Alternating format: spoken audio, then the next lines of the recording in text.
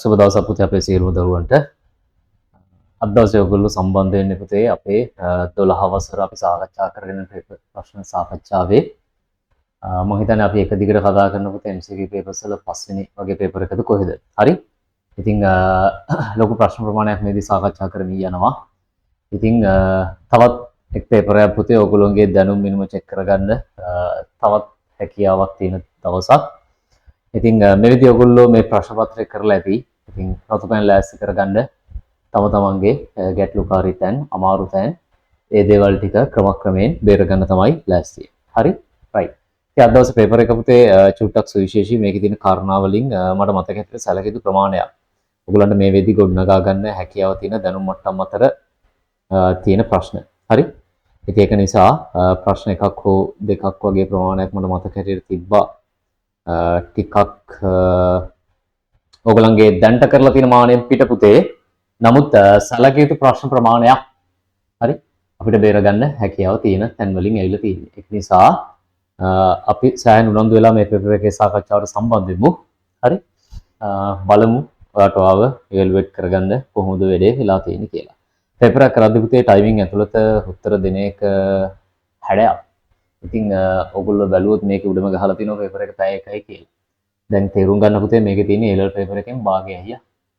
ඒතකොට වෙලාවෙන් භාගයයි. ඇත්තම කතාව A level exam දවසට පුතේ ඔයා පැයට ප්‍රශ්න 25කට වඩා කරන්න ඕන. කොහොම එක පළවෙනි ප්‍රශ්න 25. ලේසි ප්‍රශ්න 25. ඒ නිසා ටයිමින් හදාගන්න එක සමහරුන්ට ගැටලුවක් වෙද්දී ඒකට තියෙන එකම එක විකල්පය මම විශ්වාස කරන් පුතේ ඒකට තියෙන එකම එක විකල්පය ඕගොල්ලෝ පුළුවන් තරම් ප්‍රශ්න කරන එකම තමයි. හරි සහ කරන ප්‍රශ්න පුළුවන් තරම් කෙටි ක්‍රම වලින් කරන එකයි. ඉතින් පන්තියක් ලෙස පුතේ පේපර් ක්ලාස් එකේදීත් අපේ ෆිසිකල් පන්ති වලදීත් අපි සෑහෙන නේද මේ දේවල් ගැන කරනවා. උඹලට සුළු කිරීම රටා දීලා තියෙන තරම් පුතේ ලංකාවේ නෙමෙයි තව රටවල් 4 5ක 6ක 7ක 10ක එකතු කරත් අපි තරම් සුළු කිරීම රටා දීලා නැතුව ඇති කවුරු. ඒක ඔයගොල්ලන්ට මම හිතන්නේ මේ වේදී සජීවී සාක්ෂි ඇතියා. ඉතින් ඉස්සරහට එහෙමමයි පුතේ. ඉතින් විශ්වාසයෙන් මේ දේවල් එක්ක ඔයාගේ වෙලාව කළමනාකරණය කර ගැනීම ක්‍රමක්‍රමයෙන් ප්‍රැක්ටිස් කරගන්න. මම යනවා අපේ වැඩේට. යමු කෙලින්ම ඔයගොල්ලන්ගේ ටියුට් එකේ පුතේ මේ පේපර් එකේ අපි කතා කරන්න ගමු අපේ ප්‍රශ්න අංක 1. කියමු බලන්න ප්‍රශ්නේ. අද දවසේ මේ MCQ ප්‍රශ්න 25ම පුතේ සාකච්ඡා කරගන්න පුළුවන් මානක තියෙනවා නම් ඒක නිසා බොහෝ වුවමනාවෙන් වැඩේට සම්බන්ධ වෙන්න. පළවෙනි එක. පහත් සඳහන් ඒකක අතුරින් ක්ෂමතාවයේ ඒකක වන්නේ කියලා අහලා තියෙන්නේ. අපි ළමයි බලා ගන්න. පුතේ ක්ෂමතාවයේ ඒකක ගත්තොත් ඔයා දන්නවා පවයක ක්ෂමතාවය කියන්නේ ශක්තිය බෙදීම කාලය. මෙයාගේ පුතේ ඒකක ගොඩ නැගුවොත් වෙන්නේ මෙයාගේ ඒකක පැත්තට අපි උනන්දු වුණොත් ජූල් තප්පරයට. ඕකනේ පුතේ අපිට ළඟම තියෙන ඒකකේ තවදුරටත් මේකට ඕනම නම් කතා කරන්න පුළුවන් වොට් කියන ඒකකේ. ඔහොම හැඩයක් තියෙනවනේ නේද? ඉතින් ජූල් දිග්ගැස්සුවොත් පුතේ මම දැන් ඒකක සුළු කරනවා. ජූල් දිග්ගැස්සුවොත් මෙයා නිව්ටන් මීටර් වෙනවා. මේ ජූල් ආපහු S ඍණ එක නිව්ටන් දිග්ගැස්සුවොත් කොහොමද? kg ms ඍණ 2 වෙනවා. මේ නිව්ටන්ට අදාළ හැඩය. ඊට පස්සේ පිටින් ඉන්නවා ආපහු ms ඍණ එක. මේක සුළු කළා ගත්තම හැඩය එන්නේ kg m වර්ග s ඍණ 3. kg m වර්ග s ඍණ 3 අපේ තියෙන්නේ පුතේ උත්තරේ අංක 5. ඉතින් පළවෙනි ප්‍රශ්නේ බොහොම සරලයි. තප්පර කිහිපයයි අපිට උත්තරේ 5 ගන්න පුළුවන්. ඉතින් ශක්තියේ ඒකක වාට මතක නම් පුතේ වැඩේ එතනින් පටන් ගන්න පුළුවන්. කිසි ප්‍රශ්නයක් නැහැ. මොකද්ද? kg m වර්ග s ඍණ 2. ඔයා දන්නවා නම් ඒ පුතේ ශක්තිය කාර්ය තාපය නේද? හැම එක්කෙනාටම තියෙන එකම එක. එයාට අදාළ මානෙත් පුතේ මතක් කරගන්න. m l වර්ග t ඍණ 2. මම මේ කියද්දි ලියලා බලන්න මතක නැත්නම්. හරි? ශක්තියට අදාළ ඒකක පුතේ kg m වර්ග s ඍණ 2. ඊට පස්සේ ශක්තිය තාපය කාර්යයට අදාළ මානය m l වර්ග t ඍණ 2. ඉතින් අදාළ kg m වර්ග s ඍණ 2 කියන එක තව පාරක් කාගෙන් බෙදුනද? s ගෙන් බෙදීමක් තමයි එතන වෙලා තියෙන්නේ. හරි? යමු දෙවෙනි ප්‍රශ්නෙට v සමානයි capital AT capital A වාරයක් t ධන 2යි v සමීකරණය v ප්‍රවේගයේද t කාලයේද ඊට පස්සේ ආපහු දීලා තියෙනවා s විස්ථාපනයේද v a සහ b රාශිවල මාන වනුයේ කියලා තමයි ගානේ අහලා තියෙන්නේ. හරි. t කාලය කියලා තියෙනවානේ. මේ වගේ ප්‍රශ්නයක් කෙටියෙන් කරන්න හැකි පුතේ. මෙන්න බලා ගන්නවා කරපු ක්‍රමවේදයෙන් ඊට වඩා අධික නම් සාම්ප්‍රදායික නම් ඔය චුට්ටක් ෆේල් වැඩේන. ඒ නිසා කෙටි ක්‍රම අනුගමනය කළ යුතුයි. මෙතන t ධන 2යි bs කියලා තියෙද්දි. ඔයගොල්ලන් තේරෙන්නේ වරහනේ තුල ඉන්න පුතේ ජෝඩුව වෙනම ලෝකයක් ගහලා. ඒක නිසා කවුරු හරි දරුවෙක් මේකේ වරහන වැඩි කරනවා කියන්නේ චුට්ටක් සුළු කිරීම නාගන්නවා කියන එකයි. සෝ දැන්ටමත් පුතේ ඔයා වරහන් ඉවත් කරපු දරුවෙක් නම් ලදරුවෙක් නම් ඔය චුට්ටක් වැඩි අප්සෙට් කරගෙන. ඒ කියන්නේ උත්තරේ ගනි. නමුත් අර MCQ පර්පස් එක එතන ඉස්තර වෙන්නේ නැහැ. මේක MCQ වල අරමුණ තමයි පුතේ දවසක ඔයා දකින්න ඕන මෙන්න මේ teeth එක එකතු වෙච්ච මෙයාට තියෙන්න ඕන t ගේ මාන එකක. ඉතින් t ගේ මාන පුතේ එයාලා තහවුරු කරද්දි capital T කාලය කියලා. එහෙම නේද? t කාලය කියලා ලස්සනට කියලා තියෙනවානේ.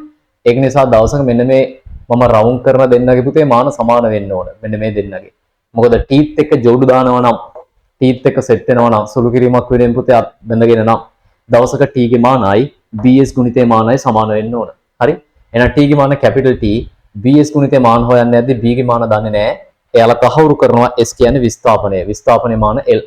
ඉතින් මේකෙන් අපේ ළමයිට තේරෙන්න ඕන b ට අදාළ මාන ගන්න පුළුවන් t l - 1. ඉතින් මේක තමයි පුතේ b ට අදාළ මානය. ඊට පස්සේ මොකක්ද දන්නවද කරන්නේ? මෙන්න මේ දවසක v ගේ මානයි හරි සමාන කරනවා capital A ගේ මාන වලටයි. ඔන්න බලාගන්න මම ඊට පස්සේ ලියන දේ. මේ කුට්ටියේ මාන පුතේ මේ t ගේ මාන වන capital T ට සමානයි. තේරුණාද දන්නේ නැහැ ඔයාලට මේ හැඩය. මේ සමාන ලකුණෙන් දෙපැත්තේ මාන සමාන කරේ. මේ කරේ පුතේ ධන ලකුණෙන් දෙපැත්තේ මාන සමාන කරා. ධන ලකුණෙන් දෙපැත්ත මාන සමාන කරද්දී දවසක t ගේ මානේ capital T, b ගේ මානේ b, s ගේ මානේ l. ඒකෙන් අපි b ව ගොඩ දැම්මා. lt tl ඍණ 1යි.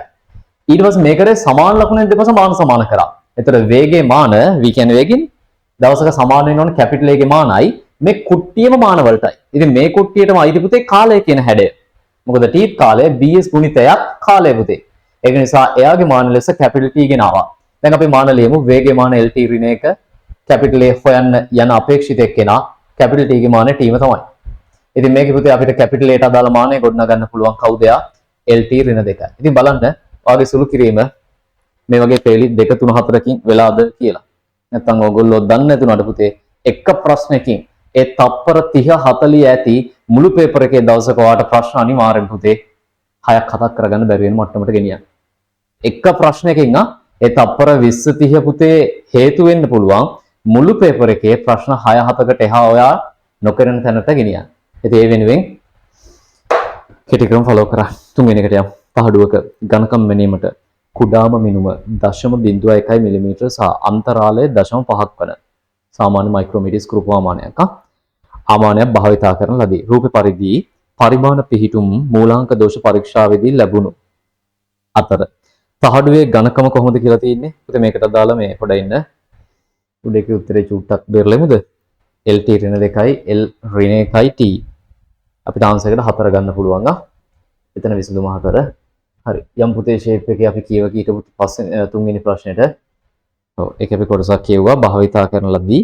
ඒ රූපේ පරිදි පරිමාණ පිහිටුම් මූලාංක දෝෂ පරීක්ෂාවේදී ලැබුණු අතර තහඩුවේ ඝනකම් මනිනට B රූපේ පරිදි වුණා කියලා තහවුරු කිරීමක් කරලා තියෙනවා. තහඩුවේ නිවැරදි ඝනකම වන්නේ කියලායි අහලා තියෙනවා. පුතේ මේකේ සිම්පල් A රූපේ තියෙන්නේ දෝෂය විය යුතුයි. නේද? B රූපේ තියෙන්නේ රීඩින් එක ගන්න මොහොත විය යුතුයි. ඉතින් හොඳට අවධානය යොමු කරොත් දෙකම ධන වටිනාකම්. මෙයාගේ දෝෂයක් ධන පුතේ ශෝධනයක් මේ දෝෂයක් ධන පාඨාංකය පවා මේකෙත් ධනාගයක් වෙන්න බෑ කොහොමද? ඉතින් මේකේ දෝෂයේ වටිනාකම කියවුවොත් තුන්වෙනි රූපේ සිම්පල් A රූපයෙන් පුතේ අපිට ගොඩනගා ගන්න පුළුවන් දෝෂය. මෙයාගේ දෝෂයේ වාර්තා කරොත් පුතේ ඒක ධන කුඩා මිනුම 0.1යි සම්පාත වෙලා තියෙන තුන්වෙනි කොටස. ඒ නිසා 0.3 මිලිමීටර බවට පත් වෙනවා. B වල කියවන පාඨාංකය. එයාගේ පුතේ අපි ගමුකෝ කියවීම කියලා. B වල කියවීම වාර්තා කරොත් හරි එයාගේ කියවීම වාර්තා කරොත් මිලි 1යි 2යි 2.5ක් පැනලා 2.5 මිලි එළිය පුතේ. හරි 2.5කට අමතරව මේකේ දශම බිඳුවත් එක්ක 0.1ත් එක්ක අත්වල බැඳගෙන තියෙන වට පරිමාණ පාඨාංකය ඇවිල්ලා පුතේ 43. හරි නේද? ඒක ඇවිල්ලා 43 වෙනි රීඩින් එක.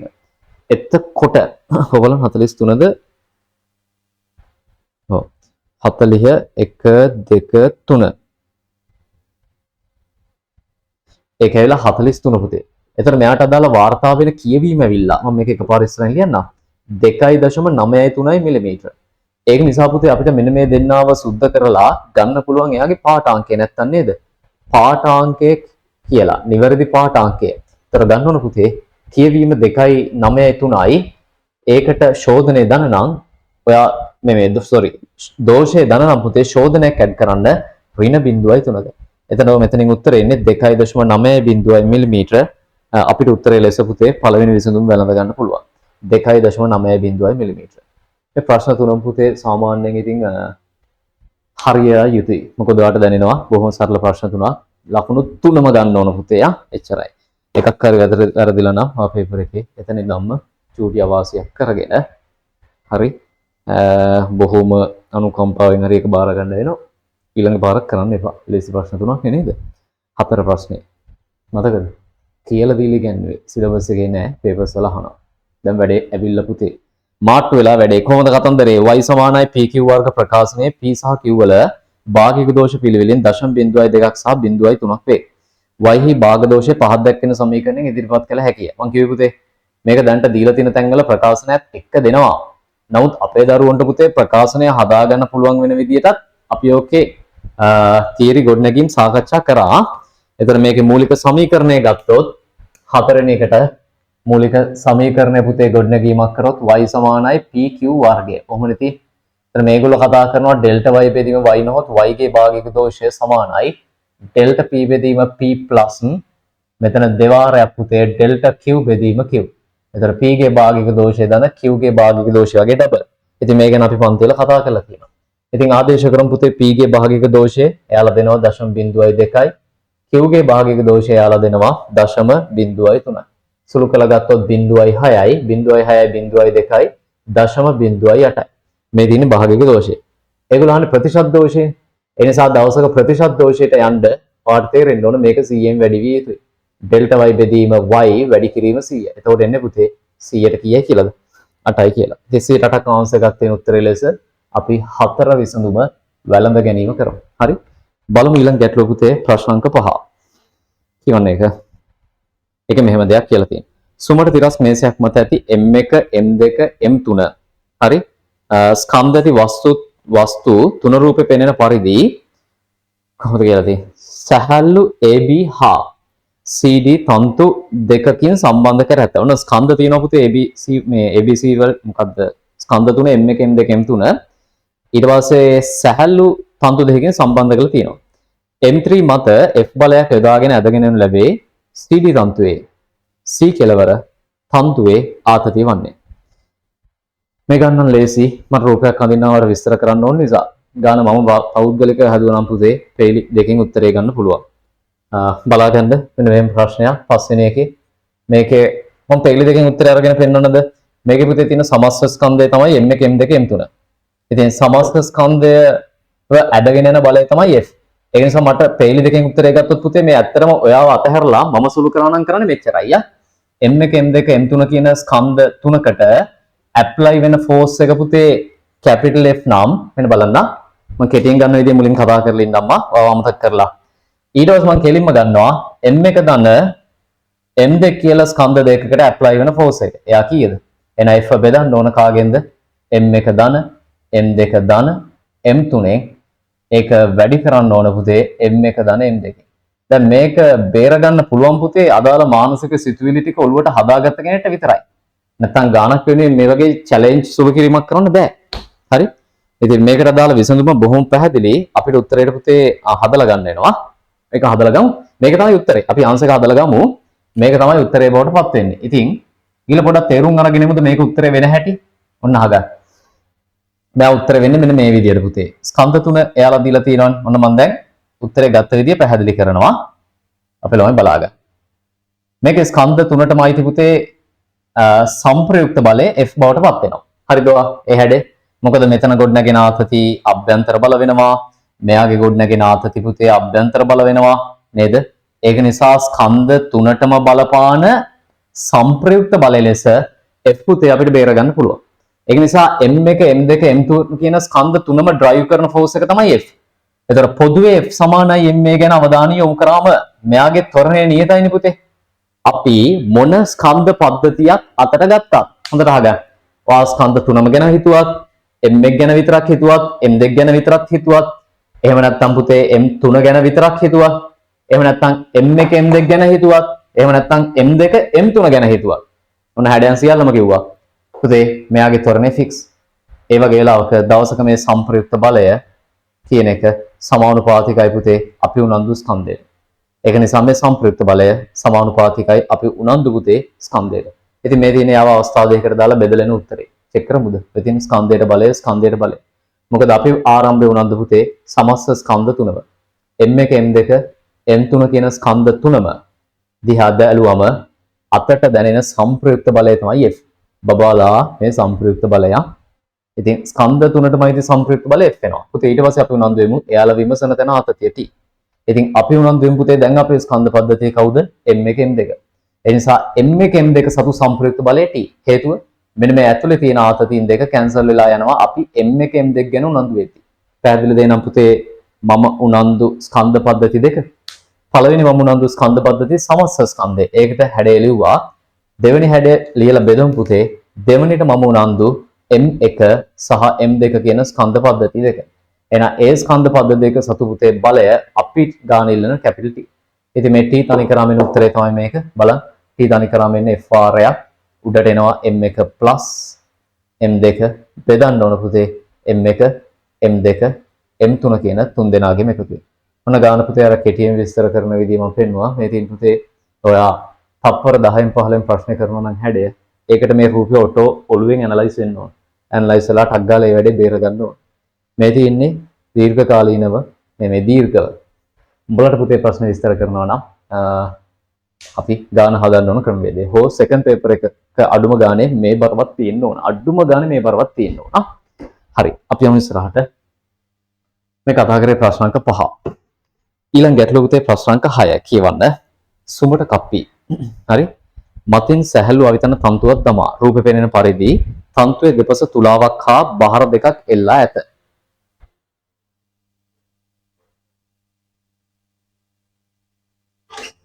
හරි. ආගන් පුතේ සුමට කප්පි මතින් සැහැල්ලු අවිතන තන්තුවක් දමා රූපේ පෙනෙන පරිදි තන්තුවේ දෙපස තුලාවක් සහ බහර දෙකක් එල්ලා ඇත. පැහැදිලි එක තරාදියකුයි බහර දෙකකුයි තියෙනවා. පද්ධති චලනය වේවට මුදාහල විට තුලාව පෙන්වන පාඨාංකය වන්නේ. හරි. ලංකාවෙන් පුතේ අපි නේද කිසිම පන්තියක කතා කරන්නේ නැති විශේෂ නෝට් එකක් කතා කරා. තරාදි පාඨාංක. හොයාගෙන ඉන්න පන්තියක් තරාදි පාඨාංක කියලා මාතෘකාවක් වෙනම වෙන් කරලා ගන්න පන්තියක් හොයාගෙන වරෙල්ල පුතේ. හරි. කලාතුරකින් තියෙන්න පුළුවන් එකක් දෙකක්. ඒ හැර මම නම් දන්නේ නැහැ. හරි. ආගන්න. ඉතින් පුතේ ඔයාලා සීලුම දරුවෝ දන්නවා අපිත් එක ඉගෙන ගන්න. අපි තරාදි පාඨාංකය කියලා ගන්නේ විශේෂම දුණු තරාදියක තරාදියේ පහළ තන්තුවේ ආතතිය. එච්චරයි. ඒ දේවල් මේ වගේ ගානක මතක් වුනේ නැත්තම් මොකද ඉතින් කියන්නේ? ඔයාගේ ප්‍රශ්නයක්ද මගේ ප්‍රශ්නයක්ද හිතලා බලන්න ළමයි. හරි. මෙන්න මෙතන ස්කන්ධයක් තියෙනවා පුතේ කිලෝ කීයයිද? 3යි. ආපහු මෙන්න මෙතන තියෙනවා දුණු තරාදියක්. මේ තරාදිය පුතේ තරාදි පාඨාංකය වෙන්නේ පහළ තන්තුවේ ආතතිය. ඔන්න ඕක නම ඔළුවේ තියෙනවා නම් පුතේ පහළ තන්තුවේ ආතතියයි කියලා අපි ගානක ඇත්තම කතාව කියන්නම්. මාර විදියට පුතේ රිලැක්ස්. ඔළුව නිදහස්. මම දැන් හොයන්න ඕන ටාගට් එක මෙන්න මෙයයි. කියන එක පුතේ ඔළුවේ තියෙනවා නම් ඔයා මාර විදියට ගානක රිලැක්ස්. මම මේ මත බල ලකුණු කරනවා. පල්ලහැට ක්‍රියාත්මක වෙනවා නිව්ටන් 30ක්. ඊට පස්සේ උඩට ක්‍රියාත්මක වෙනවා තන්තුවේ ආතතිය T1. ඔය ආතතිය කැරකිලා ඇවිල්ලා පුතේ මෙන්න මේ දුන්නේ ඉහළට ගොඩ නැගෙනවා T1 කියලා. ආපහු දුන්නේ පහළට ක්‍රියාත්මක කරන ආතතියක් තියෙනවා. ඒක ඇවිල්ලා T2. ඊට අමතරව මම මේ විදිහට පෙන්නන්නම්. ඔව්. මෙයාගේ බර තියෙනවා පුතේ පල්ලෙහා දිශාවට. ඒක මම ලකුණු කරන්නම් කිලෝ 1 සතු නිව්ටන් 10යි. මෙයාගේ ආතතිය T2. මෙතන උඩට T2. ඊට පස්සේ පහළට පුතේ නිව්ටන් 60යි. ළමයි. මෙන්න මේ බලයන් ටික තියෙන්න ඕන. ඔයගොල්ලෝ හැමෝම දන්නවා පුතේ බර කියන්නේ එක බලයක්.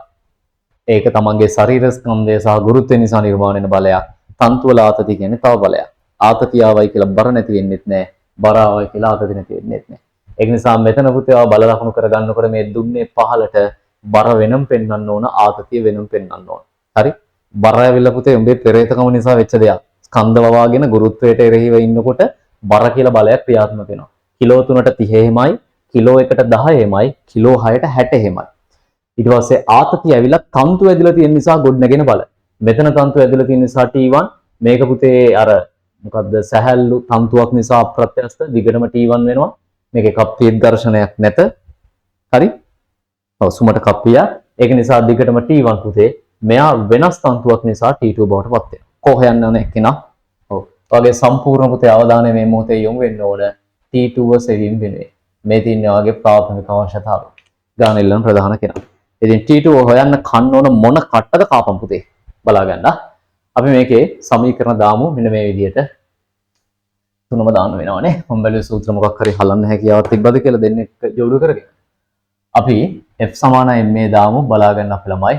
මම දානවා කිලෝ 3ට චලිත තුන පැත්තට. පුතේ කෝ පද්ධති චලිත වෙන්නේ කොහෙටද? දැනෙන්න ඕන මෙයා කිලෝ 1යි 6යි. කිලෝ 1යි 6යි නේ. ඔව්. ඒ පැත්ත බර වැඩි පුතේ. මේ පද්ධති දවසක පහළට ත්වරණය වේවි. මේ පද්ධතිය දවසක ඉහළට ත්වරණය වේවි. ඒක නිසා කිලෝ 3 ඉහළට යන නිසා ඉහළට දාන F සමානයි ma. එතකොට එන්නේ ළමයිනේ T1 ඍණ 30 සමානයි 3a. පුතේ ඊපස්සේ කිලෝ 1ට දාන්න පහළ දිශාවට. එතකොට ලියවෙන්නේ කොහොමද? 10 ධන T2 ඍණ T1 සමානයි 1a. ඊට පස්සේ කිලෝ 6ට දාන්න පුතේ කොයි පැත්තටද? කොහොමද සමීකරණ තුනම දාන්න වෙනවා. කිලෝ 6ට දාන්න පහළ දිශාවට. එතකොට එන්නේ 60 ඍණ T2 සමානයි කීයද පුතේ? 60 ඍණ T2 සමානයි 6a. මෙතන මේ තුන් දෙනාව පරිස්සමෙන් එකතු කරන්න. ඍණ T2ට ධන T2 ඍණ T1ට ධන T1 උත් කැපෙනවා. 60යි 10යි 70යි 70න් 30ක් ගියාම 60යි 10යි 70යි 70න් 30ක් ගියාම 40 සමානයි කීයද? 6යි 3යි 4යි 6යි 10යි. මෙතනින් ඔයාලට ත්වරණය ගන්න පුළුවන්. එයා 4යි ms ඍණ 2යි. ජයග්‍රහණය සමරන්න යන්න එපා. ගාන ඉල්ලන්නේ ත්වරණය නෙමෙයි T2. T2 බේර ගන්න පුළුවන් ලේසි සමීකරණයක් තමයි වෙන්නේ මේ තුන්වෙනි සූත්‍රය. ඒක නිසා තුනෙන් ඔයා පුතේ T2 තනි කරන්න. එතකොට එන්නේ 60 ඍණ 6යි. 6යි කියන එක 24යි. ෂේප්ද 60 ඍණ 6යි. 6යි වෙනකොට මම 24 දැම්ම පුතේ. මෙතනින් T2 තනි කරා. T2 එහා පැත්තට යනවා. 6යි මෙහෙට එනවා. 60 ඍණ 6යි වෙනකොට 24 දැම්මා. එතන උත්තරයට එනවා නිව්ටන් 36යි. ඒක නිසා මෙයාගේ වාර්තාගත වෙන ස්කන්ධය කිලෝග්‍රෑම් වලින් ගත්තොත් පුතේ 3.6යි. හරි. ඉතින් කිලෝග්‍රෑම් 3.6ක් තියෙන උත්තරේ ලෙස අපි මේකේ විසඳුමට අංක 2 නේද පුතේ? ඔව්. අංක 2 අපි ආන්සර් එකට ගමු. හරි දරුවෝ දාගන්න එපා පොඩි හේම හරියක්. දාගෙන ඉල පුතේ ලොකු හරියක්. උඹලා මාන්සියෙන් නෙලාගත ප්‍රතිඵල. හරි? ඒවා දැනෙන ලකුණු කරන්න. ඔය අපේ පන්තිවල සමහර ළමයි ඉන්නවා එහෙම. හරි? තමන්ට තමන්ගේ වටිනාකමක් දෙන්නේ නැහැ. දාගන්න නිකන් හීනි 2.5 හරියක්. සමහරලාට ඒ හරිය හොඳට බැලුවේ නැත්නම් පේන්නේ වැරද්දක් වගේ. අතපය දෙකෙල්ල දාගන්න පුතේ ලොකු හරියක්. හරි. අපි යමු ඊළඟ ප්‍රශ්නෙට. 7. ඔව් මොකක්ද ඒ සිද්ධිය පුතේ? කියවලා බලමුකෝ. ඒකේ කියලා තියෙන මෙන්න මෙහෙම දෙයක්. උස කඳු දෙකක් අතර තිරස් ඇද ඇති කේබලයක් දිගේ ස්කන්ධය කිලෝ 40ක් වන ළමයෙකු ත්වරණයෙන් ඉදිරියට ඇදී යයි. මු යන්නේ පුතේ හඳට. හරි. ඇයි ත්වරණයෙන් යන්නේ? සාමාන්‍යයෙන් හරියට මෙහෙමයි. සාමාන්‍යයෙන් පුතේ මේ ආකාරයේ නේද? කේබල් එක ඩ්‍රයිව් කරද්දී කේබල් එක ධාවනය වෙද්දී නැත්නම් කේබල් එක දුවද්දී එයාලා යන්නේ ඒකාකාර ප්‍රවේගයෙන්. මුලදී ත්වරණය කරાવી. පස්සේ නමුත් ඒකාකාර ප්‍රවේගයට එළඹෙනවා. මෙයාලා කියලා තියෙන විදිහට පුතේ ත්වරණය කරනවා. මොකෝ නැත්නම් මේ තන්තුවට ආනතියක්. හරි? තන්තුවට ආනතියක් පිටින්න බෑ. හරි? right. ආපහු කියලා තියෙනවා ත්වරණයෙන් ඉදිරියට ඇදී යයි. එවිට එල්ලී ඇති කඹ කොටස තිරසට අංශක 30ක් ආනතව පවතී. පවතින අවස්ථාවේ මෙහි දැක්වේ ළමයා ඉදිරියට චලනය වන ත්වරණය වනුයේ කියලයි ගානේ අහලා තියෙන්නේ.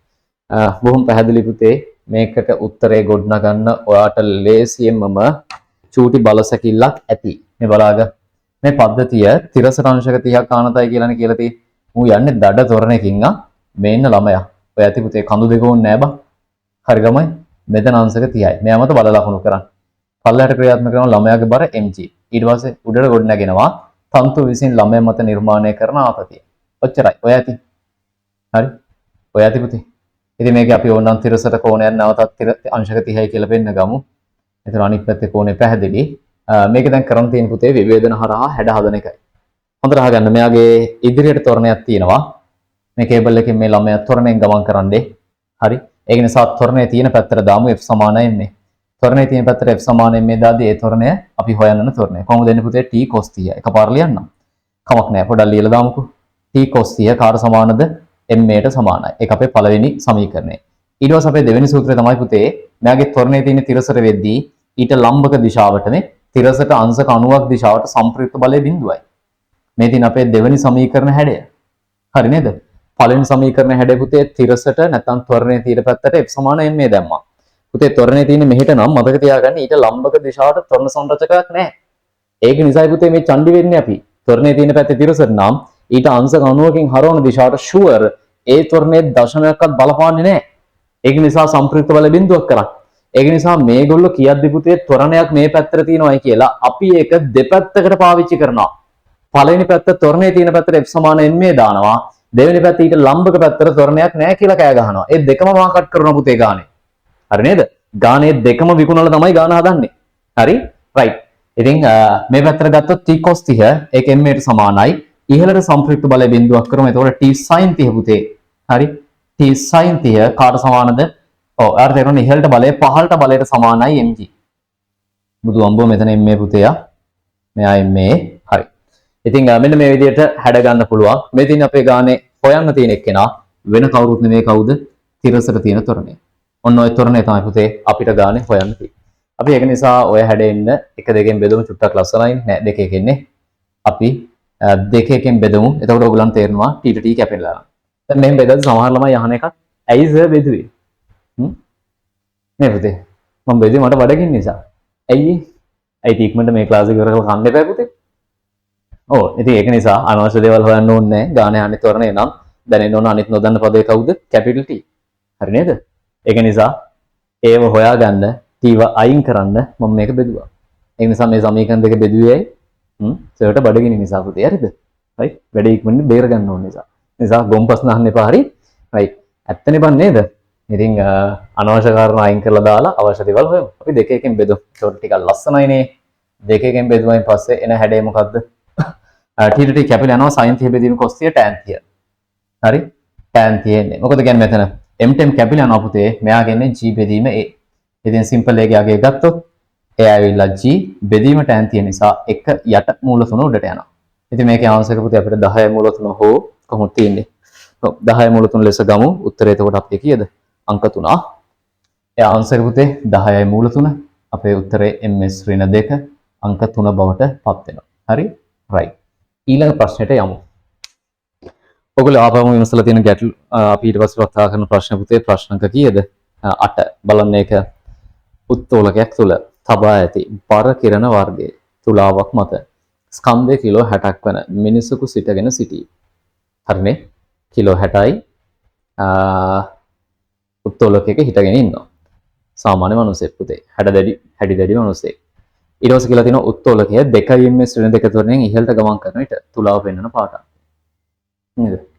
තරාදි පාඨාංකල අනිත් එක්කෙනා පුතේ. අපි දුනතරාදිය ගැන කතා කරා, තැටිතරාදිය ගැන කතා කරා. මේ පන්තියේ බලන ළමෙක් හරි පුතේ දශමයක් හරි ඉගෙන ගන්න ඕන නම් මේ වාක්‍ය දෙක ලියාගනින් අපේ පන්ති නාවත්. මොකද්ද? දුනතරාදි පාඨාංකය කියන්නේ දුන්නේ පහළ තන්තුවේ ආතතිය. බලා සැනසෙන්න එපා ලියාගන්න. එතකොට දෙයක් දැනෙනවා. දුනතරාදි පාඨාංකය කියන්නේ දුන්නේ පහළ තන්තුවේ ආතතිය.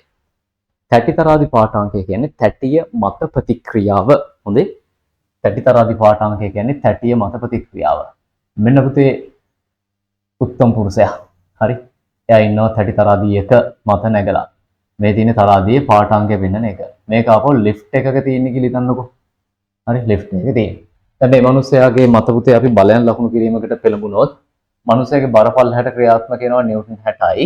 අහින්ද ඊට පස්සේ මිනිස්සයා මත පුතේ අභිලම්බ ප්‍රතික්‍රියාව තියෙනවා R. ඔය දෙකම තරාදි පාඨාංක නෙමෙයි. නමුත් හරිද? මේකේන තැටි තරාදිය මත පුතේ පහළට ක්‍රියාත්මක වෙනවා R. ඒ ඇවිල්ලා මේ R ගේ රියැක්ෂන් එක. අන්න ඒක තමයි පුතේ තරාදි පාඨාංකය. අර වාලියුනේ තැටි තරාදියක තරාදි පාඨාංකය කියන්නේ තැටිය මත ප්‍රතික්‍රියාව කියලා. ඉතින් තැටිය මත ප්‍රතික්‍රියාව කියන්නේ කොළ R. හරිද? කොළ R පුතේ. රනිල් නා. right. තැටිය මත ප්‍රතික්‍රියාව කොළ R. මිනිහ මත ප්‍රතික්‍රියාව කවුද? රතු R. ඉතින් මේකෙදී තැටිය මත ප්‍රතික්‍රියාව කියන්නේ කොළ පාටින් R. නමුත් අපි දන්නවා පුතේ කොළ පාටින් R රතු පාටින් R ට සමානයි. ඒක නිසා ළමයිනේ කොළ පාටින් R රතු පාටින් R ට සමාන වෙලාවේදී කොළ R හෙව්වම් මොකද? රතු R හෙව්වම් මොකද? හරි? ඉතින් අපි ඒක නිසා පුතේ මෙතන අර පහළට තියෙන කොළ පාට R නෙමෙයි ඉහළට තියෙන රතු පාට R හොයලා ඒ R මෙයාට බාර දෙන්න. පද්ධතිය ගමන් කරන පොදු ත්වරණයක් ගැන ගාන උනන්දුයි. කීයද ත්වරණය? 2යි ms ඍණ 2. එහෙනම් කරන්න වැඩේ පුතේ දාන්න ඉහළ දිශාවට f සමානයි ma. මේ දාන්නේ කිලෝ 60 මිනිස්සයාට. හරිද? ඔන්න ලියලා තියෙනවා දාන්නේ කාටද දිශාව. නිව්ටන් නියම වලදී පුතේ අපි කොයි මොහොතකවත් දාන එක පෙන්වන්න නැතුව ගාන හදලා නැහැ. දිශාව පෙන්වන්න නැතුව ගාන හදලා නැහැ නේ. ඉතින් පාවිච්චි කරපු හැම තැනම පුතේ දාන පද්ධතිය ස්කන්ධය සහ ඒ දේවල් අපි හතර වටෙන් පෙන්වලා තියෙනවා. හරිද? ඉතින් මේ තැන්වලත් එහෙමමයි. අපි යම් මෙතන වැඩේට මෙයාගේ ඉහළට තියෙන ප්‍රතික්‍රියා බල ගත්තොත් R ඍණ කිලෝ හැටයි නිව්ටන් 600යි. R ඍණ 600 සමානයි මෙතන එනවා කිලෝ හැටයි ත්වරණය 2යි. ඉතින් අදාළ R ප්‍රතික්‍රියාවට එන්නේ කීයද? 120 එකතු වුණාම 720යි කිලෝග්‍රෑම්. ඉතින් මෙයාගේ පෙන්වන පාඨාංකය පුතේ මේ 720යි නිව්ටන්. කිලෝ වලින් ගත්තොත් පුතේ කීයක්ද? 72ක් කිලෝග්‍රෑම් බවට පත් වෙනවා. අපිට ආන්සර් එක ලෙස 3 විසඳුමට ගන්න පුළුවන්. ඒ ප්‍රශ්නාංක 8 හොඳේ. right. ඉතින් අපි යමු පුතේ ඊළඟ ප්‍රශ්නේ. 8න් පස්සේ ඔයගොල්ලන්ගේ අපිට සාකච්ඡා කරන්න තියෙන ඊළඟ ගැටලුව ප්‍රශ්නාංක 9. කියවා. ස්කන්ධය කිලෝ 1.8ක් වන කුරුල්ලෙක්. තටුවල සඵල වර්ගඵලය 2.4යි වර්ග මීටර වේ. ලොකු තටු පුතේ.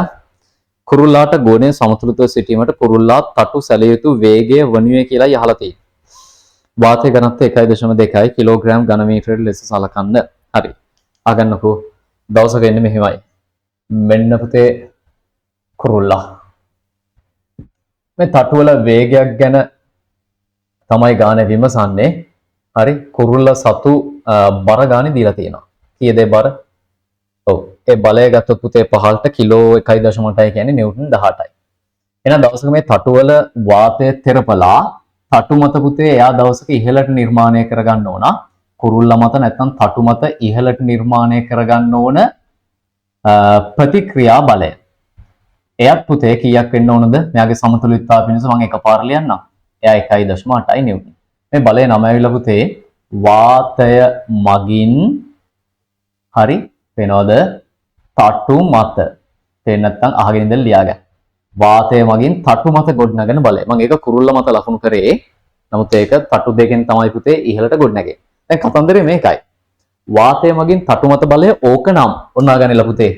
තටු මගින් දවසක වාතය පහළට තෙරපන බලයක් පුතේ කීයක් වෙන්න ඕනද? නිව්ටන් 1.8ක් වෙන්න ඕන. ඒක ඇවිල්ලා අර බලයේ ප්‍රතික්‍රියා බලය. පැහැදිලිද? ඔය නිල් පාටින් ලකුණු කරපු බල පුතේ එක බොඩි එකකට. ඒ ඇවිල්ලා කුරුල්ලා. හරිද? නිල් පාටින් ලකුණු කරේ කුරුල්ල මත බල. බර්ඩිය මත බල ටික පුතේ. එතකොට නිල් පාට බල ටික අයිති කුරුල්ලට. එතකොට රතු පාට බලය අයිති පුතේ වාතයට. එතකොට මේ ඉහළට ක්‍රියාත්මක වෙච්ච F-යි නිල් පාටින් මේ රතු පාටින් පහළට ක්‍රියාත්මක වෙන F-යි පුතේ ක්‍රියාපතික්‍රියා බල. හෙලිකොප්ටරයක් උඩට යද්දිත් ඔහොමම තමයි. හෙලිකොප්ටරේ බල බැලන්ස් වෙන්නේ හරි වාතයෙන් තටු මත ඇති කරන ප්‍රතික්‍රියා බලය.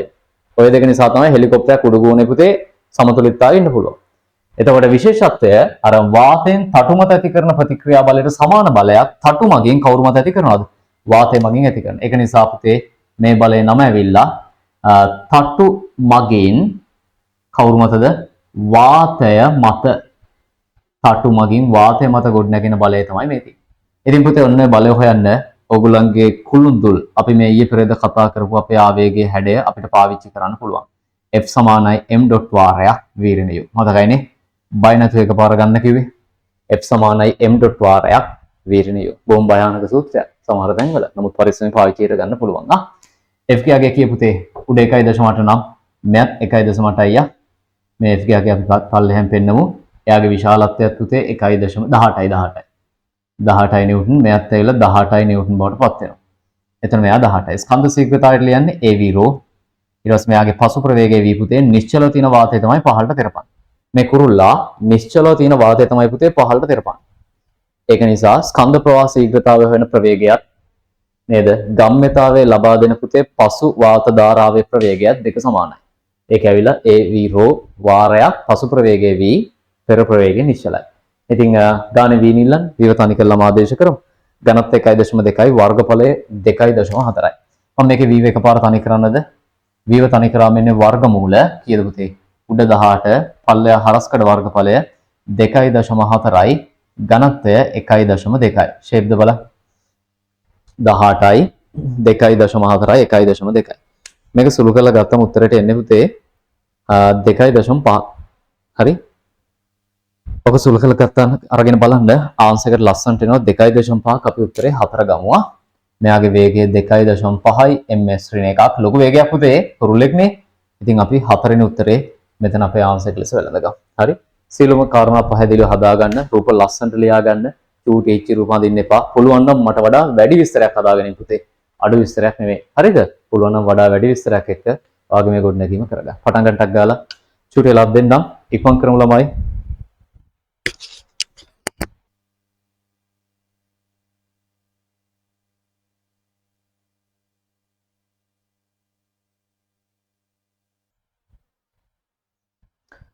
හරි ළමයි අපි මේකේ පුතේ ඊළඟ ප්‍රශ්නයට යමු.